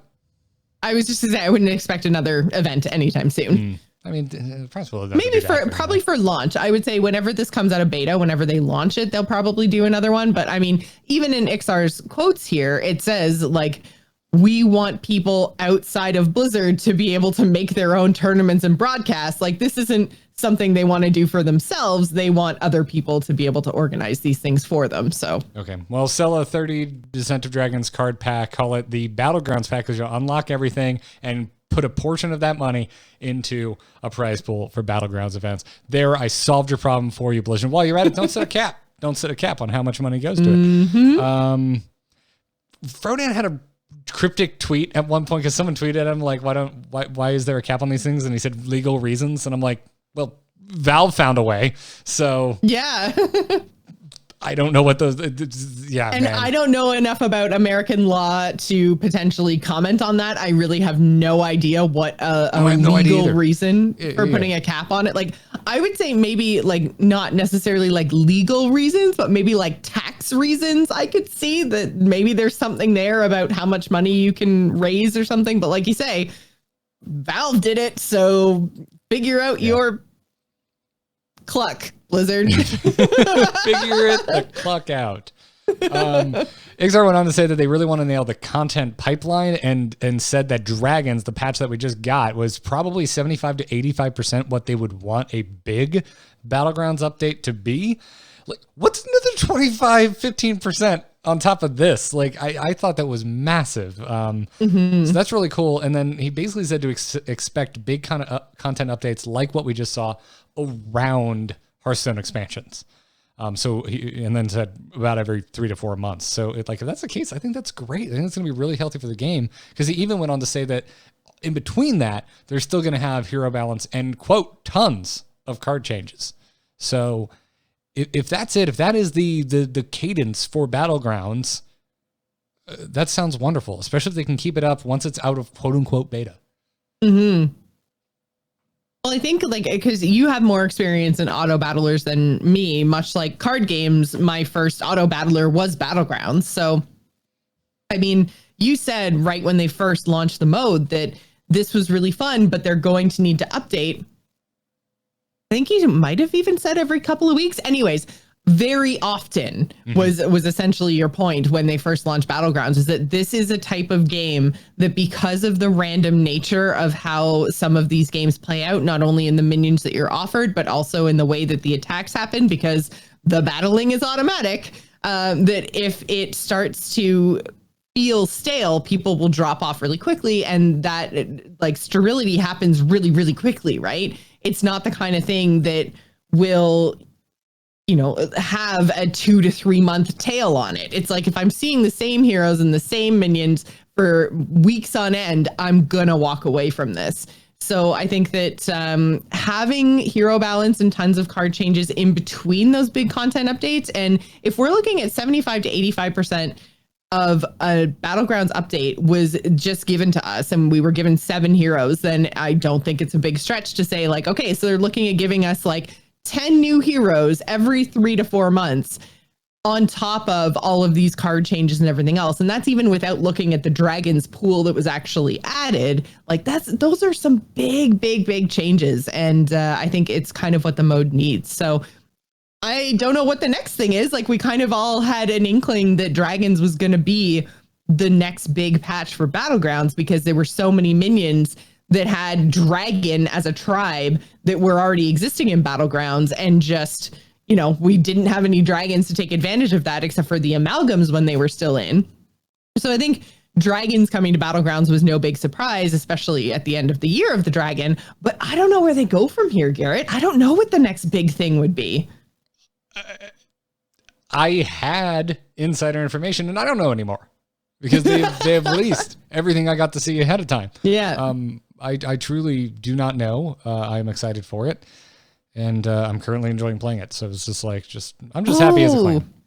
Goblin Graphics in the chat room says pirates. Arg. Oh, we don't have pirates. Yeah. Yeah. No, we don't have menagerie pirates, buffing totems. cards that mention pirates, but yeah, we don't have pirates. We don't have totems.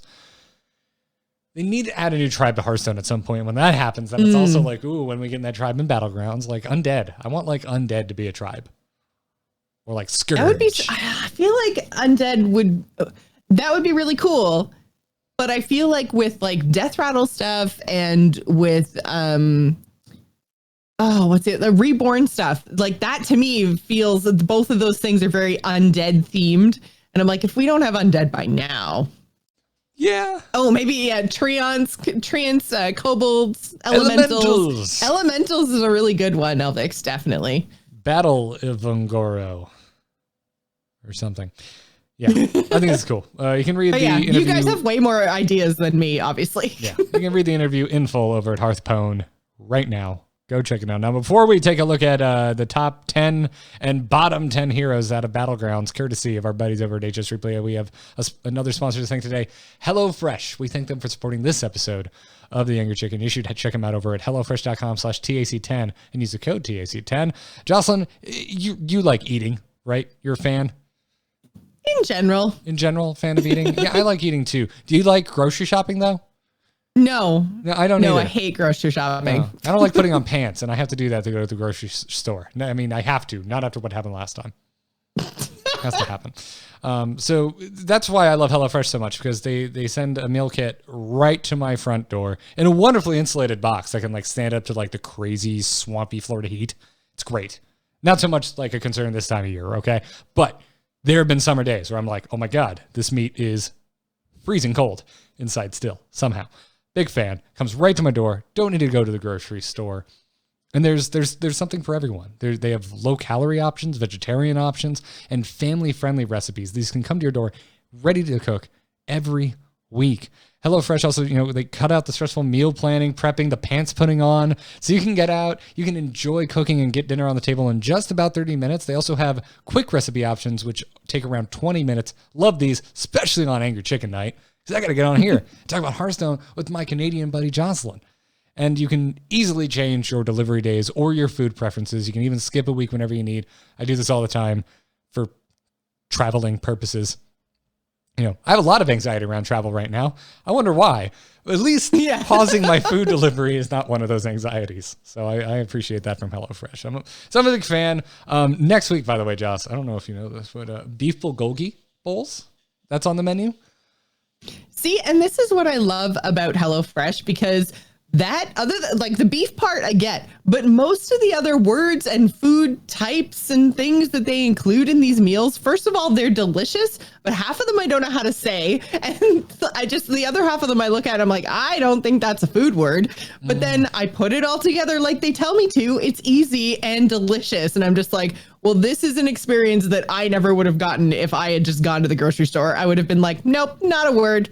Moving on. Yeah, same. I love the bulgogi bowls that they put together. I've had them multiple times. It's on the menu. Great word too. It's on the menu next week. You better guess what I have checkmarked. It's freaking delicious. Because I don't know how to make bulgogi sauce, but they basically got it ready for me. It's delicious. And it makes me think of eating way too much Korean barbecue with Ben Brode and you before BlizzCon every year. So, it's good. It puts me in a happy place. So you should go check them out, HelloFresh.com/TAC10. Use the code TAC10, and you're going to get 10 free meals, including free shipping. Again, that is 10 free meals from HelloFresh when you go to HelloFresh.com/TAC10 and enter the code TAC10. We thank them for their support. And now let's take a look at win rates, because I've been a little curious. We got a bunch of new heroes in the game. What has changed? Not that much, except it turns out a couple dragons are really good. And I am being very literal. Literally, a couple dragons are very good. Very good heroes in Battlegrounds. So Tirion Forging, still on the top. He'll be gone tomorrow, so we don't need to worry about that anymore. We now just need to welcome our Lord and Destructor, Deathwing, into our lives. Welcome him into your heart, everyone, because he's going to be here a little while. Sitting at a very close second place to Tirion in average placement. Tyrion's average placement is 3.2. Deathwing's is 3.5. It's the average placement. So even the change between Tirion and Deathwing is pretty big. And then Deathwing again over top of, my bro, Dance and Daryl, he's at 3.89, 3.9 basically. So, I mean, these guys are kind of like head and shoulders above the rest of the pack, because the difference between Daryl and Nozdormu, who's fourth, that's only like 10 to 15 points. So they're just head and shoulders above everyone. And I wouldn't be surprised if we see a change to Deathwing soon, like maybe even just like putting that down to +2 instead of +3 or something might be enough to rein him in a little bit, because once Tyrion's gone, then Deathwing is just going to lord over the Battlegrounds. +2 would be interesting. I'm trying to think of how that would affect breakpoints, but it would have a major effect clearly, but I don't know how much.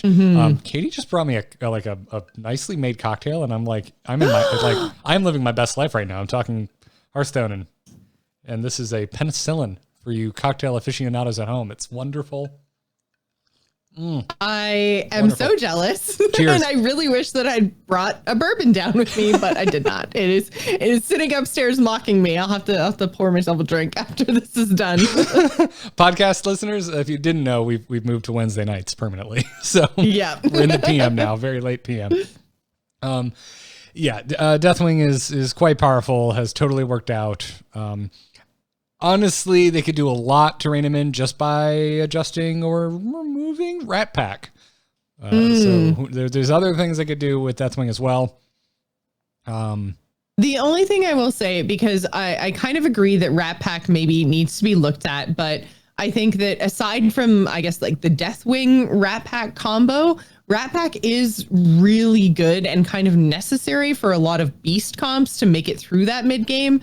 There's not a whole lot else in there. And so I think Rat Pack is problematic because it's just kind of good whether you're doing beasts or not. And now it's good specifically with one hero in Deathwing. So I don't know, man. I'm so torn, because I think that you have to get pretty lucky when you're playing beasts in terms of you have to get the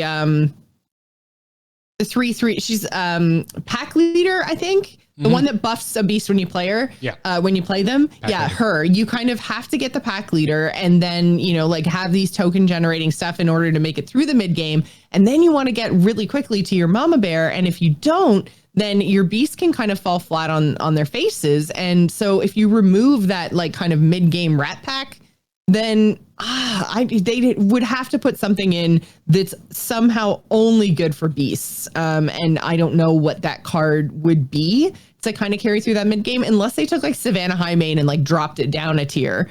I don't know. Which I think they could do. I mean, Highmane I think is a bit of a sleeper. I think Highmane does more work than we give Highmane credit for. But sitting at it tier... happened so late. It's tier 5. Is Highmane at 5? Okay, yeah. No, that's crazy. Get Highmane to 4 right now. That's ridiculous. If anything, put a Hydra up at 5, and then give it one more attack and name it something slightly different, since it's an actual Hearthstone card. But yeah, it's just something I'm throwing out there. I don't think they probably shouldn't do that. And I would have to imagine that's probably a push and pull when they're discussing possible changes, is how much are we bending over backwards for a single hero? Versus, will this change be good for everyone, or will it kind of hurt a strategy too much, so on and so forth. So I would imagine they wouldn't remove Rat Pack just to rein in Deathwing, but and there'd be other ways to get there. I mean, you could hope to God you get as many imprisoners as possible as a Deathwing, because that would help. That would do things like that. Maybe they start prioritizing Mecharoos. They start hoarding Mecharoos like it's their job. There's ways to get there. So, definitely. I think it's just because of the way Rat Pack works, summoning not a set number of minions, but minions based on the attack. It's Deathwing just automatically gets those extra bonus 3 minions, right? So those extra 3 tokens. And then each of those comes built in with, excuse me, the buff that I was talking about from the pack leader. Like that's what she does is she makes your tokens 4/1s. Well, he just has that and doesn't have to take up the space on his board with the pack leader or also, like find it in the first place. So, I mean, Deathwing just is better without ever having to worry about specific beast cards. So I think, yeah, the Rat Pack needs looking at. I mean, they probably won't change it, but yeah, I worry for beasts if they do decide to take that out because they're not the strongest tribe anyways. So they're quite strong if they get the late game.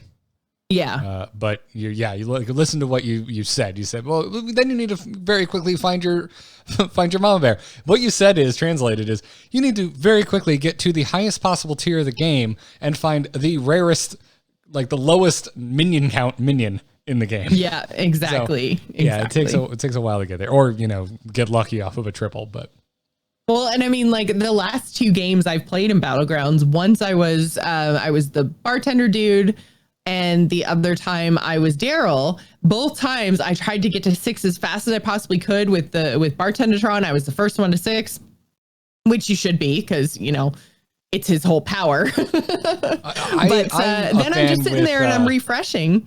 And I got like no tier 6 minions in my entire first run at Tavern tier 6. I was like, how is this even possible? Like, this has got to be the worst luck I've ever. Been hanging out with me too much. I apologize. Yeah. So, I mean, like you can even if you do everything right as Beast, which was where my point was going, even if you do everything right, you get to 6 as fast as possible. You try to find that mama bear. Because of the randomness of the tavern offerings, there's still a chance that not only will you not find mama bear, but you might not even find your tier 6 minions, right. Period. So, even though there are 7 copies of her somewhere in the pool, by the time you hit tier 6, your pool of minions is so large that, it's the chances of finding exactly the right tier 6 minion are few and far between. Absolutely. So Deathwing strong. Curious to see how that shakes out. Dancing Daryl still in 3rd place. Does not surprise me. The lowest pick rate, second lowest pick rate of the top 10. Dancing Daryl still scaring people off. What I read into that is like Daryl has such a high win rate because the only people playing Daryl are the people that know how to play Daryl. They're like into it. They're members of my family, the cult of Daryl. Hello and welcome. I love Daryl. He's so fun. Top hat be with you. That's how we greet each other. That's how we greet each other in this cult. But coming in 4th place, a newcomer to Battlegrounds, Nosdormu. Nosdormu nestling in at 4th place because you know what I'm about to say, Jocelyn? What are you going to say, Garrett? Because he has an efficient hero power. Yeah. Efficient hero powers dominate this game mode. Dominate it. And Nosdormu's is freaking passive. Your first refresh each turn causes 0 free refreshes. Well, 1 free refresh per turn every game. That is incredible. This doesn't surprise me in the least to see Nosdormu this high. Yeah, I mean, we talked about it when we were first talking about our Battleground heroes and what we thought of their hero powers and stuff. And that was kind of the point is that, there are some instances where the current way to play the meta is, like to use all of your gold on some turns to level up as fast as you can. And in those cases, a lot of heroes are kind of hitting those break points and those level points, depending on, health totals and drafts and everything else. But the vast majority of players are, for instance, going up to, Tavern tier 2 on turn 2. So, everybody pays that 4 gold to upgrade and then has to wait to the next turn, whereas Nosdormu can just go, bam, free refresh. What's in Tavern tier 2? And again, that first crack at those tier minions is really powerful. So, I mean, he just kind of gets that advantage through the whole entire game. So I'm not surprised that he is, first of all, has a high pick rate because he's at, almost 64% pick rate. And then that he also has a high average place to go along with that because he's also very, like we just talked about, the people playing Daryl know how to play Daryl and are doing very well with him. And I think Nosdormu is very, very intuitive, very easy. Like the thing I'm doing anyway, which is refreshing the tavern, is free once a turn. That's awesome. Like, I'm going to be doing it anyways. So you don't have to like learn a whole new way to play the game or a whole new economy or anything else. It's just, I'm doing this thing anyways, and it's free. So huzzah, I win. It helps with consistency. Yeah. Like if Elise, exactly. Everyone calls Elise like a consistency hero, right? Because if you tavern tier up, and then on your next reroll or like next turn when you get your free reroll, you don't have good options, or you get like no options for the tavern tier you just hit. Well, now you have a card, you can spend 3 gold. You're going to find something that's at the tavern tier you just leveled up to, which just helps you be consistent. I think Nozdormu is in a way a consistency hero because you just get to reroll more, so you have a higher chance of finding what you're actually looking for, and you now have a much higher chance to actually have the amount of gold that you need to purchase what you're looking for when you find it.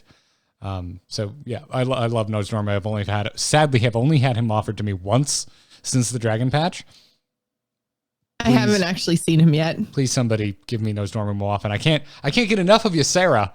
Which, oh my god, I have seen Malagos so much, and I will say I'm surprised that Malagos hasn't broken this top 10 because I think Malagos is really good too. I forget what Malagos is. And you can reroll your own minions. It's crazy. Oh yeah. It turns out confirmed by many people. Thank you everyone who wrote in. Also, literally that night, Jocelyn, I sat down, I laid in bed, flicked on YouTube, and it's like, Regis Kilbin has a new Battlegrounds highlight. I'm like, and I'll watch it. And it's freaking Malagos, and the first thing he does is reroll his own minion. And I'm like, I'm going to get so many emails. Well, it's so funny because it seems like re-rolling your own stuff would be so powerful, and especially super early game it is. So, I mean, I just assumed you couldn't do it because it would be too strong, but apparently it's not too strong because he doesn't even crack top 10. I mean, Akazamzarak is in this top 10. What? Yes, what? which by the way, I caught myself on Daryl saying, he's the lowest pick rate. Actually, Akazamzarak is the lowest by an insane amount. Okay, so Tirion and Deathwing, no one plays him, are at like 67% pick rate. Dance and Daryl, second lowest, is at 38%. Akazamzarak is at 12%, Jocelyn. I didn't realize people listened to what I said this much. Because I have smack talked Akazamzarak to the hills and back. It's clearly just me. No, Akazamzarak, I find ends up lower than average on most people's tier lists. Yeah, nobody seems to be playing him. Nobody seems to be picking him in terms of like streamers and tier lists and everything else. But those that do are winning with him. At least, like he's cracking the top 10. His average placement is just under 4 or just between 4 and 5. And yeah, that's decent. It's good enough to make top 10. It's right behind Yogg, which I think a lot of people think Yogg is super powerful. Same with Rafam, same with Edwin. And Akazamzarak is right on their heels. It's nuts. Yep. So yeah, you rattled off other top 10, Edwin, Rafam, Yogg in that order. Rafam falling a decent amount, but obviously still in the top 10, but he has fallen below Edwin.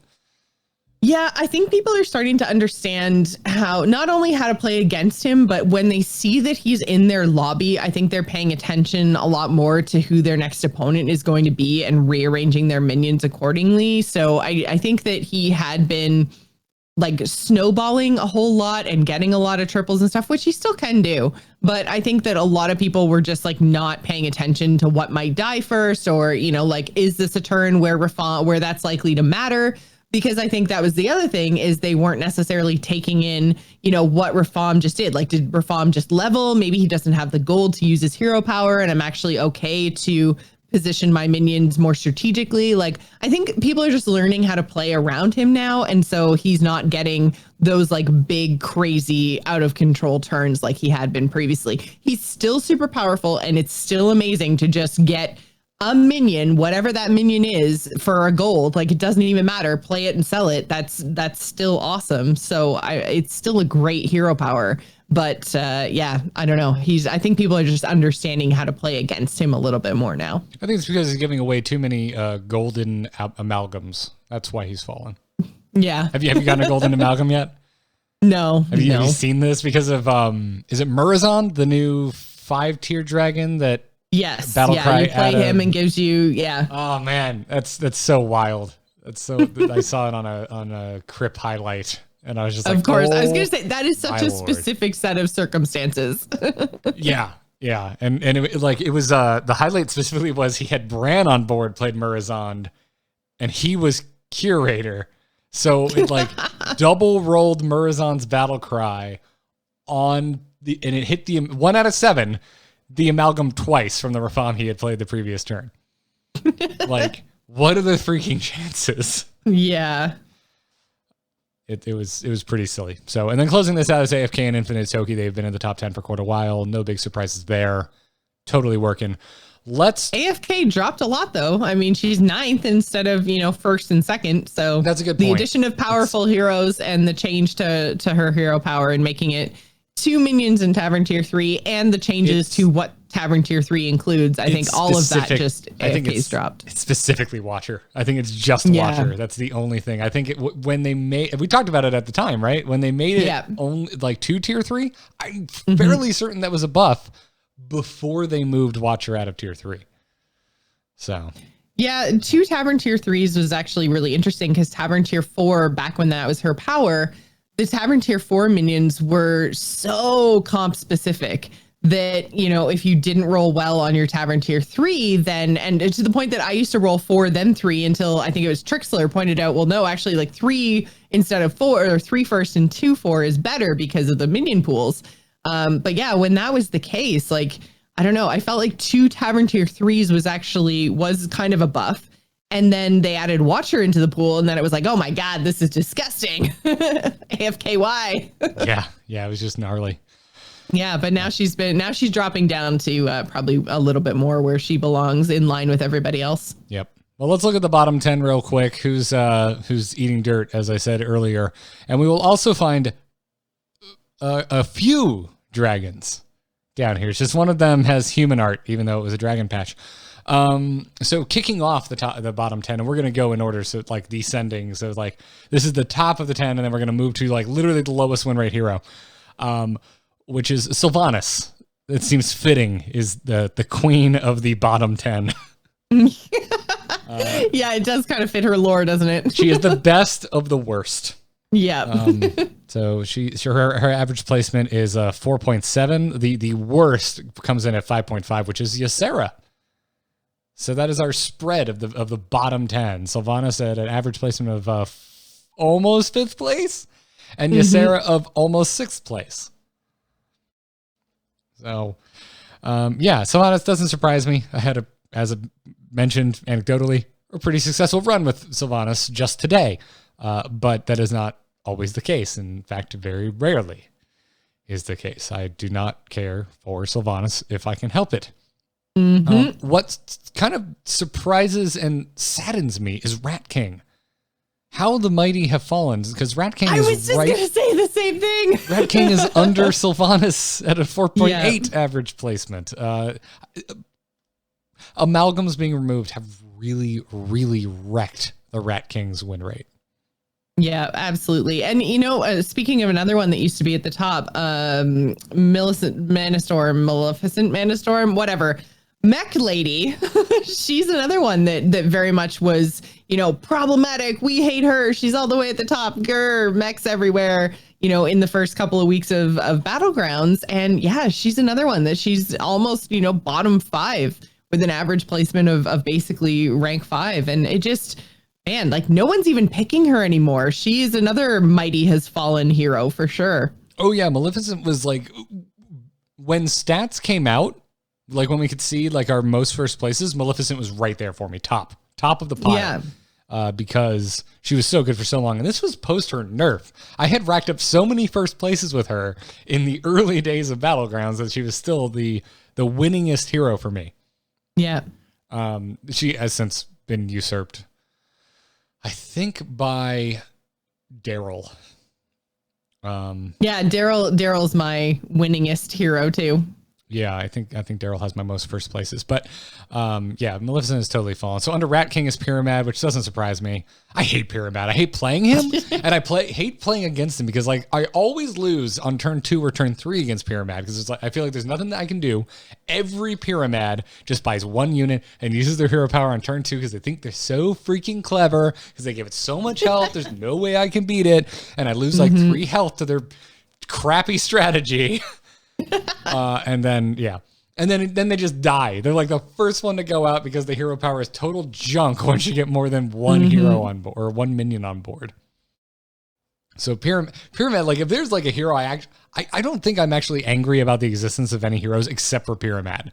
Like, yeah, remove him from the game. He makes you Pyra mad. He makes me Pyra tilted. Yeah.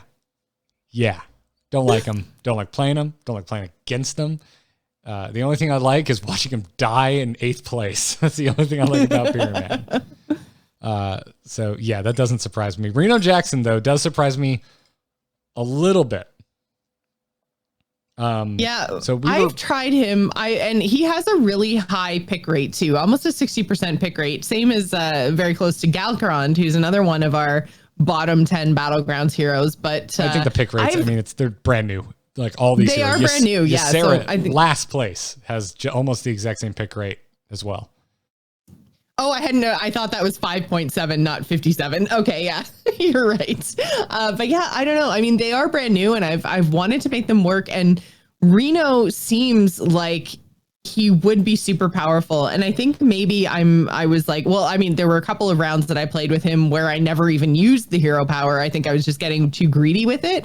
But I think if you kind of use that golden minion in the mid game, once you get one of your kind of like important key pieces, so, you know, whether it's a Cobalt or a pack leader or whatever, like if you use that kind of in the tier 3, tier 4 mid game, then, you know, you'll probably go a lot further than like I was saving it up for like my tier 5 and 6 minions and be like, oh, I'm going to get like an amazing golden tier 6 minion right off the get-go. My first time I get up there, it's going to be so great. And then, I didn't make it. So yeah, I think I've just been too greedy with Reno, but he seems like he should be so good. Fairly certain that last week I did mention that I would probably go for a juggler myself. And I did get to do that once. And I think I got 3rd place. And I heard more than one streamer mention that they did juggler and got like 2nd. So I feel vindicated. It's completely anecdotal. I think, it's just... Yeah, that's a good target for sure. Yeah. I think obviously like if you're high rolling, if you're winning, if you're like sitting pretty at like 34 health or something and you're at like tier 5, like, yeah, sure. Wait. Be greedy. Right. You can have those games where you just hit the draft.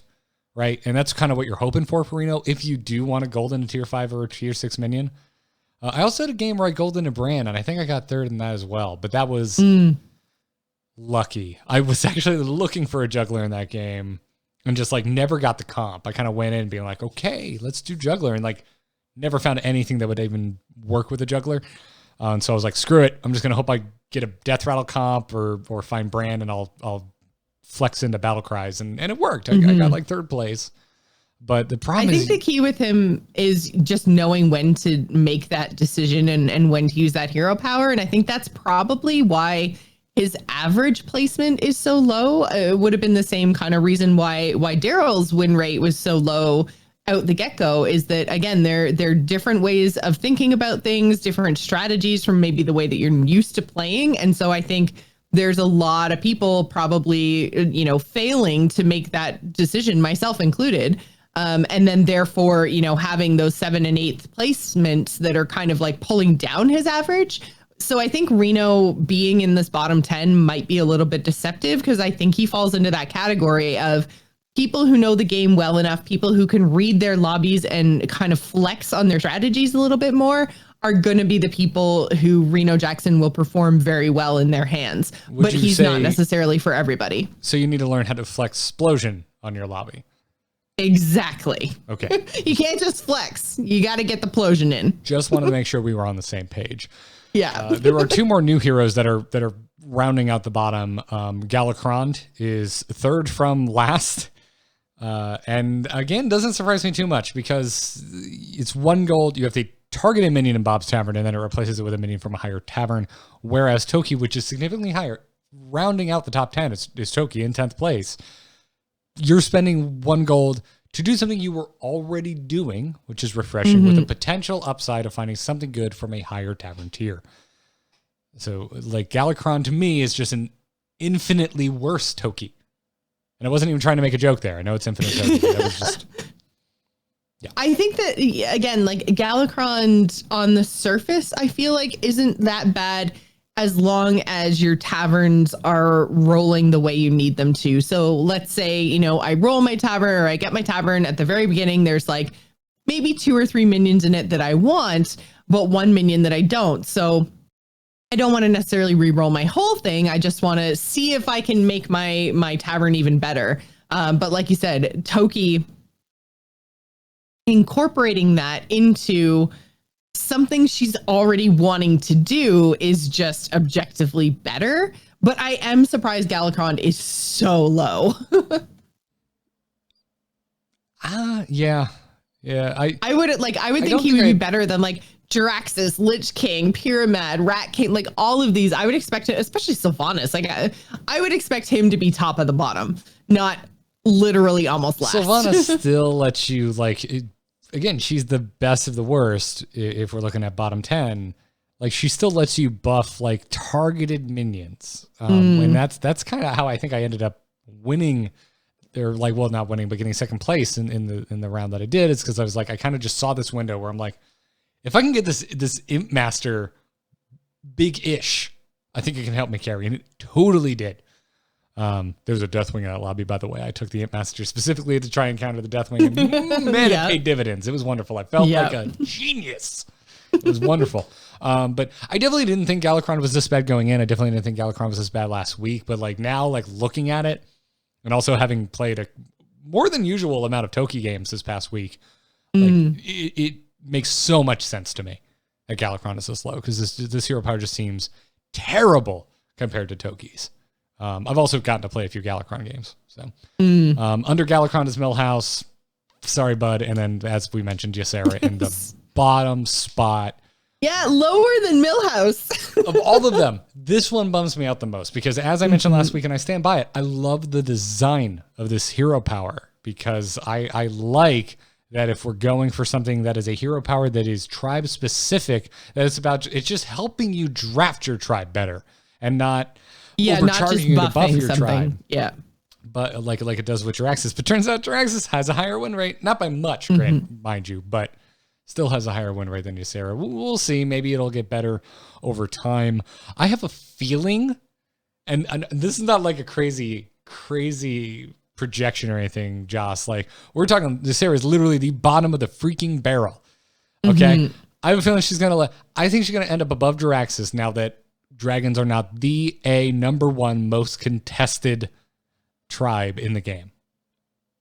Yeah, I think everyone was super excited to play with the new hotness, and I think people are moving away, and we're getting a more balanced meta now in Battlegrounds. So I think that there's a really good chance that Ysera will kind of crawl her way back up from this. Cool. So I'm not crazy, at least not now. No, you're not crazy. You're not crazy. That would be my prediction as well, because I can't believe that she's this low. Being able to target a specific tribe, it's like targeted draw in standard, right? Like being able to guarantee that you're going to get a tribal minion when you refresh, that is so huge and so powerful. Now, I mean, that does rely on the tribe itself being a, at least half decent tribe, not bottom of the barrel, which I don't think that dragons are. Well, I don't know. They're definitely not the best tribe that's in Battlegrounds right now, but I don't know if they're the absolute worst. I'm kind of on the fence. I think Murlocs have taken a hit. They don't seem as end all be all as they used to be. I think we have actually a pretty interesting balance between the tribes at the moment, but I think the meta is more RNG dependent than it has ever been because of its weight. It's so heavily weighted towards tier 6. And I think the likelihood of you getting to tier 6 quickly and with enough health to get a competent comp from re-rolling to find the rarest minions in the game. It's a lot of that comes down to luck, in my opinion. Yeah. And in my anecdotal experience. There are heroes that break that. Tirion is one of them, and he's going away. Deathwing is one of them and is not going away. But Deathwing is good because Deathwing just gets to play that game and not get punished for it. Yeah. If he finds the right minions, and one of them is a tier 2 minion that not everyone drafts. So it's interesting for sure. So yeah, because like when I think about all like dragons versus beasts versus mech versus Murlocs, I think they're pretty good. And there's like variants on a couple of those because you have big demons, you know, with your Wrathweavers and your Watchers, which are less popular by far with Watcher going to tier 4, but are still out there. You can still get lucky and find an early Watcher and make this work. Or you can also just find a Watcher and you haven't lost a lot of health, so you can still make it work. Yeah. But there's also obviously the Juggler comp. There's, you know, a couple variations on Beasts. There's not so much really any variations on Murlocs. But they all have their time to shine and their matchups that work. Like if anything, I'm the most down on mechs because they've been in my bread and butter for all of Battlegrounds, and they really did me a service last week when this patch hit. But the weekend hit, and suddenly they just were not working anymore. I found a little bit of success. Granted, my MMR is lower than yours, but I found a little bit of success with kind of doing a half mech, half like Bolvar build, like really taking advantage of the Kobolds and their refreshing divine shields, and then the Bolvar plus the dragon that buffs up as things lose divine shield. It's going for more of a divine shield build than anything else. So it's not pure mechs. It's kind of like mechs plus the stuff that capitalizes off of the thing that the mechs are doing with the divine shields. But yeah, like the old days of the, microbot, junk bot growing out of control combo are kind of over. Yeah, I think you're totally right. Like, don't sell yourself short. I hate that you modified that with my MMR is lower than yours. It doesn't matter because funny enough, because that has been my most successful like mech flex, if you will, is doing exactly what you just talked about. Is kind of like if I find an early Cobalt, rad, and then building that into a divine shield comp, not necessarily into a mech comp. It's usually Cobalt. One other mech that I put an Anoyo module on because they got rid of my two Anoyos by themselves. They got rid of Anoyotron and Psychotron. So my hopes and dreams are an egg that I Anoyo module, but a lot of times it doesn't work out. A lot of times it's like a harvest column that I threw an Anoyo module on. But it still gets the job done. I need one mech with Divine Shield Taunt that poops out another mech to reset the shield on my Cobalt Guardian, and then everything else is, as you said, the new Draconin Enforcer, which is an amazing minion. It's a 4-star with 3/6 that gets +2/+2 whenever a friendly minion loses Divine Shield. So if you pick that up with the Divine Shield Reborn Dragon and a Cobalt Guardian, and you've got a Anoyo module on something like Divine Shield, is a serious strategy right now, and one of the non-hero heavy ways, I think, to get out of this race to 6 that works. I've had a lot of success with that. I'm really glad you brought that up because I totally forgot about it until you mentioned it. I've had a lot of success with like that. And when I put the caveat in of my MMR being lower, it's not necessarily a comment on my skills or how I think I am at Battlegrounds. It's more so just like the meta and what people are doing does seem to shift quite a lot. So we just might not be experiencing the same sort of lobbies. So it's more a comment on that I don't know if what I am using that's working would work, a few, 100,000 whatever points above me. That's more why I put the caveat on there that, at the just below 6K, this is working for me.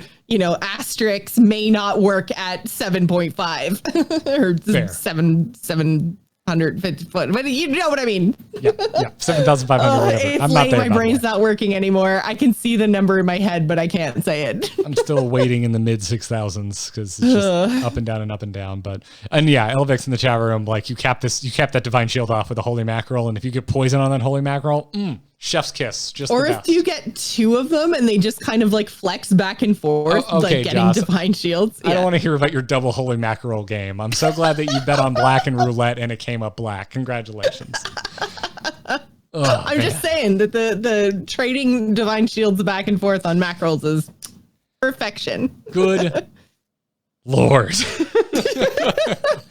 Wondrous. Well, there you are. There you have it. There's our look at the statistics. Big thanks again to our friends over at HSReplay for sending those over because they don't have stats up. They have been tweeting it out. If you're not following HSReplay on Twitter, I highly recommend it. And you should also use their website because their tools for standard and wild play are incredible. And again, we're not sponsored. They're just nice to us. And they're like, hey, do you want our internal stats for Battlegrounds? And we're like, yes, please. And they send them over and we get to relay that information to you. And so we thank them for that. And this episode has gone on so much longer than I expected it to. I had a feeling, I was looking at the show notes like, we do have a lot in here, even though like it's a light news week. Mm-hmm. Iksar was really chatty. Things might have been linked, and I really wanted to start talking about it was a full show. Yeah, I wanted to start talking about the cards that are leaving with the Witchwood discussion there. So anyways, hope you all enjoyed it. That brings us to the end of this episode of The Angry Chicken. We promise we're going to get more emails in here, folks. If you're Yeah, and I've saved them. We have a doc now of all of the messages and everything you guys send. So yeah, like we will get to them. It's just that we're Hearthstone be sick, y'all. we're coming up on like 2 hours now, and I was like, I really want to do emails, but also I really want to go to bed. It's a thick one. It's getting late. It takes us roughly an hour to get the show posted if things don't break. So anyways, but keep the emails coming. TACpodcast@gmail.com. If you're dropping us questions in the Patreon Discord, we are grabbing every single one of those and we will get to them when we can. Sometimes we even just answer you right then and there, especially if we know it's a particularly thick show and we can't get to it. But thank you very much. And to our patrons again, thank you for the support. If you want to support this podcast, head on over to patreon.com/TAC. Get yourself access to our Discord, be a part of a wonderful little community of Hearthstone nerds, get access to the ad-free feed, and support us because this is what we do for a living. I have contract work. You also have other work you do, but this makes up a huge part of how we actually keep a roof over our head. So we appreciate the support, everyone. Check it out, patreon.com/TAC. Huge thanks, by the way, to our producers, Declan H. and Cheesy Bob. We cannot thank you enough for your support. Typically, you can catch us live Wednesday nights now at our new time and day at 8 p.m. Eastern time. Head on over to twitch.tv/AMoveTV and come join us live. The chat room, I swear, is full of the nicest people you will ever talk to on the internet, which frankly, not a high bar, but I love our chat room deeply and thank them for their support. Joss, you do all sorts of other wonderful things around the web. Where can everyone find you when you're not being an irate fowl? You can find me on Twitter and Twitch. I'm at Joss Plays. I've been back doing some of the Hearth by Daylight streams. They have moved to Saturday nights. So even weeks I'm not on, you guys should go and check it out. But it's a really good, really cool group of people playing Dead by Daylight, which you guys know is my other love outside of Hearthstone. So go and check it out. That is Hearth by Daylight. It's with the Heroes Hearth crew. So yeah, that's what I'm going to pimp this week. I'm Garrett Art on Twitter. All the podcasts I do, this one included, can be found over at amove.tv. Go check it out. No WoW Color this week because Taliesin had a child and is now a father. Congratulations to him and Avatel. And then also, obviously, you should go listen to Into the Nexus. Tomorrow, we will be joined by Heroes of the Storm developer AZ Jackson, who, I am not kidding you, asked if he could come on the show. Like, reached out to us and was like, yo, I want to come on the podcast. And we're like, of course. So, yeah, it's going to be a good one. Really looking forward to picking Jackson's brain. So go listen to Into the Nexus. Heroes of the Storm, by the way, going strong if you are unaware. Gets updates as frequently, if not sometimes more frequently than Hearthstone, which really just makes me look at Overwatch and laugh a little bit. Just throwing a little shade over there to the Overwatch side of things. But the game's still going great. So go check out Into the Nexus wherever you get your podcasts. And Let's Talk About Star Wars was supposed to return yesterday, but we had a bunch of technical difficulties, like crippling technical difficulties to the point where we could not do the show. We're planning to try again tomorrow night. A new Let's Talk About Star Wars about the new final season of Clone Wars. Coming at you very soon, wherever podcasts can be found. That's going to wrap it up for this episode of The Angry Chicken. Thank you so much for listening, everybody. But until next week, job's done. Job's done.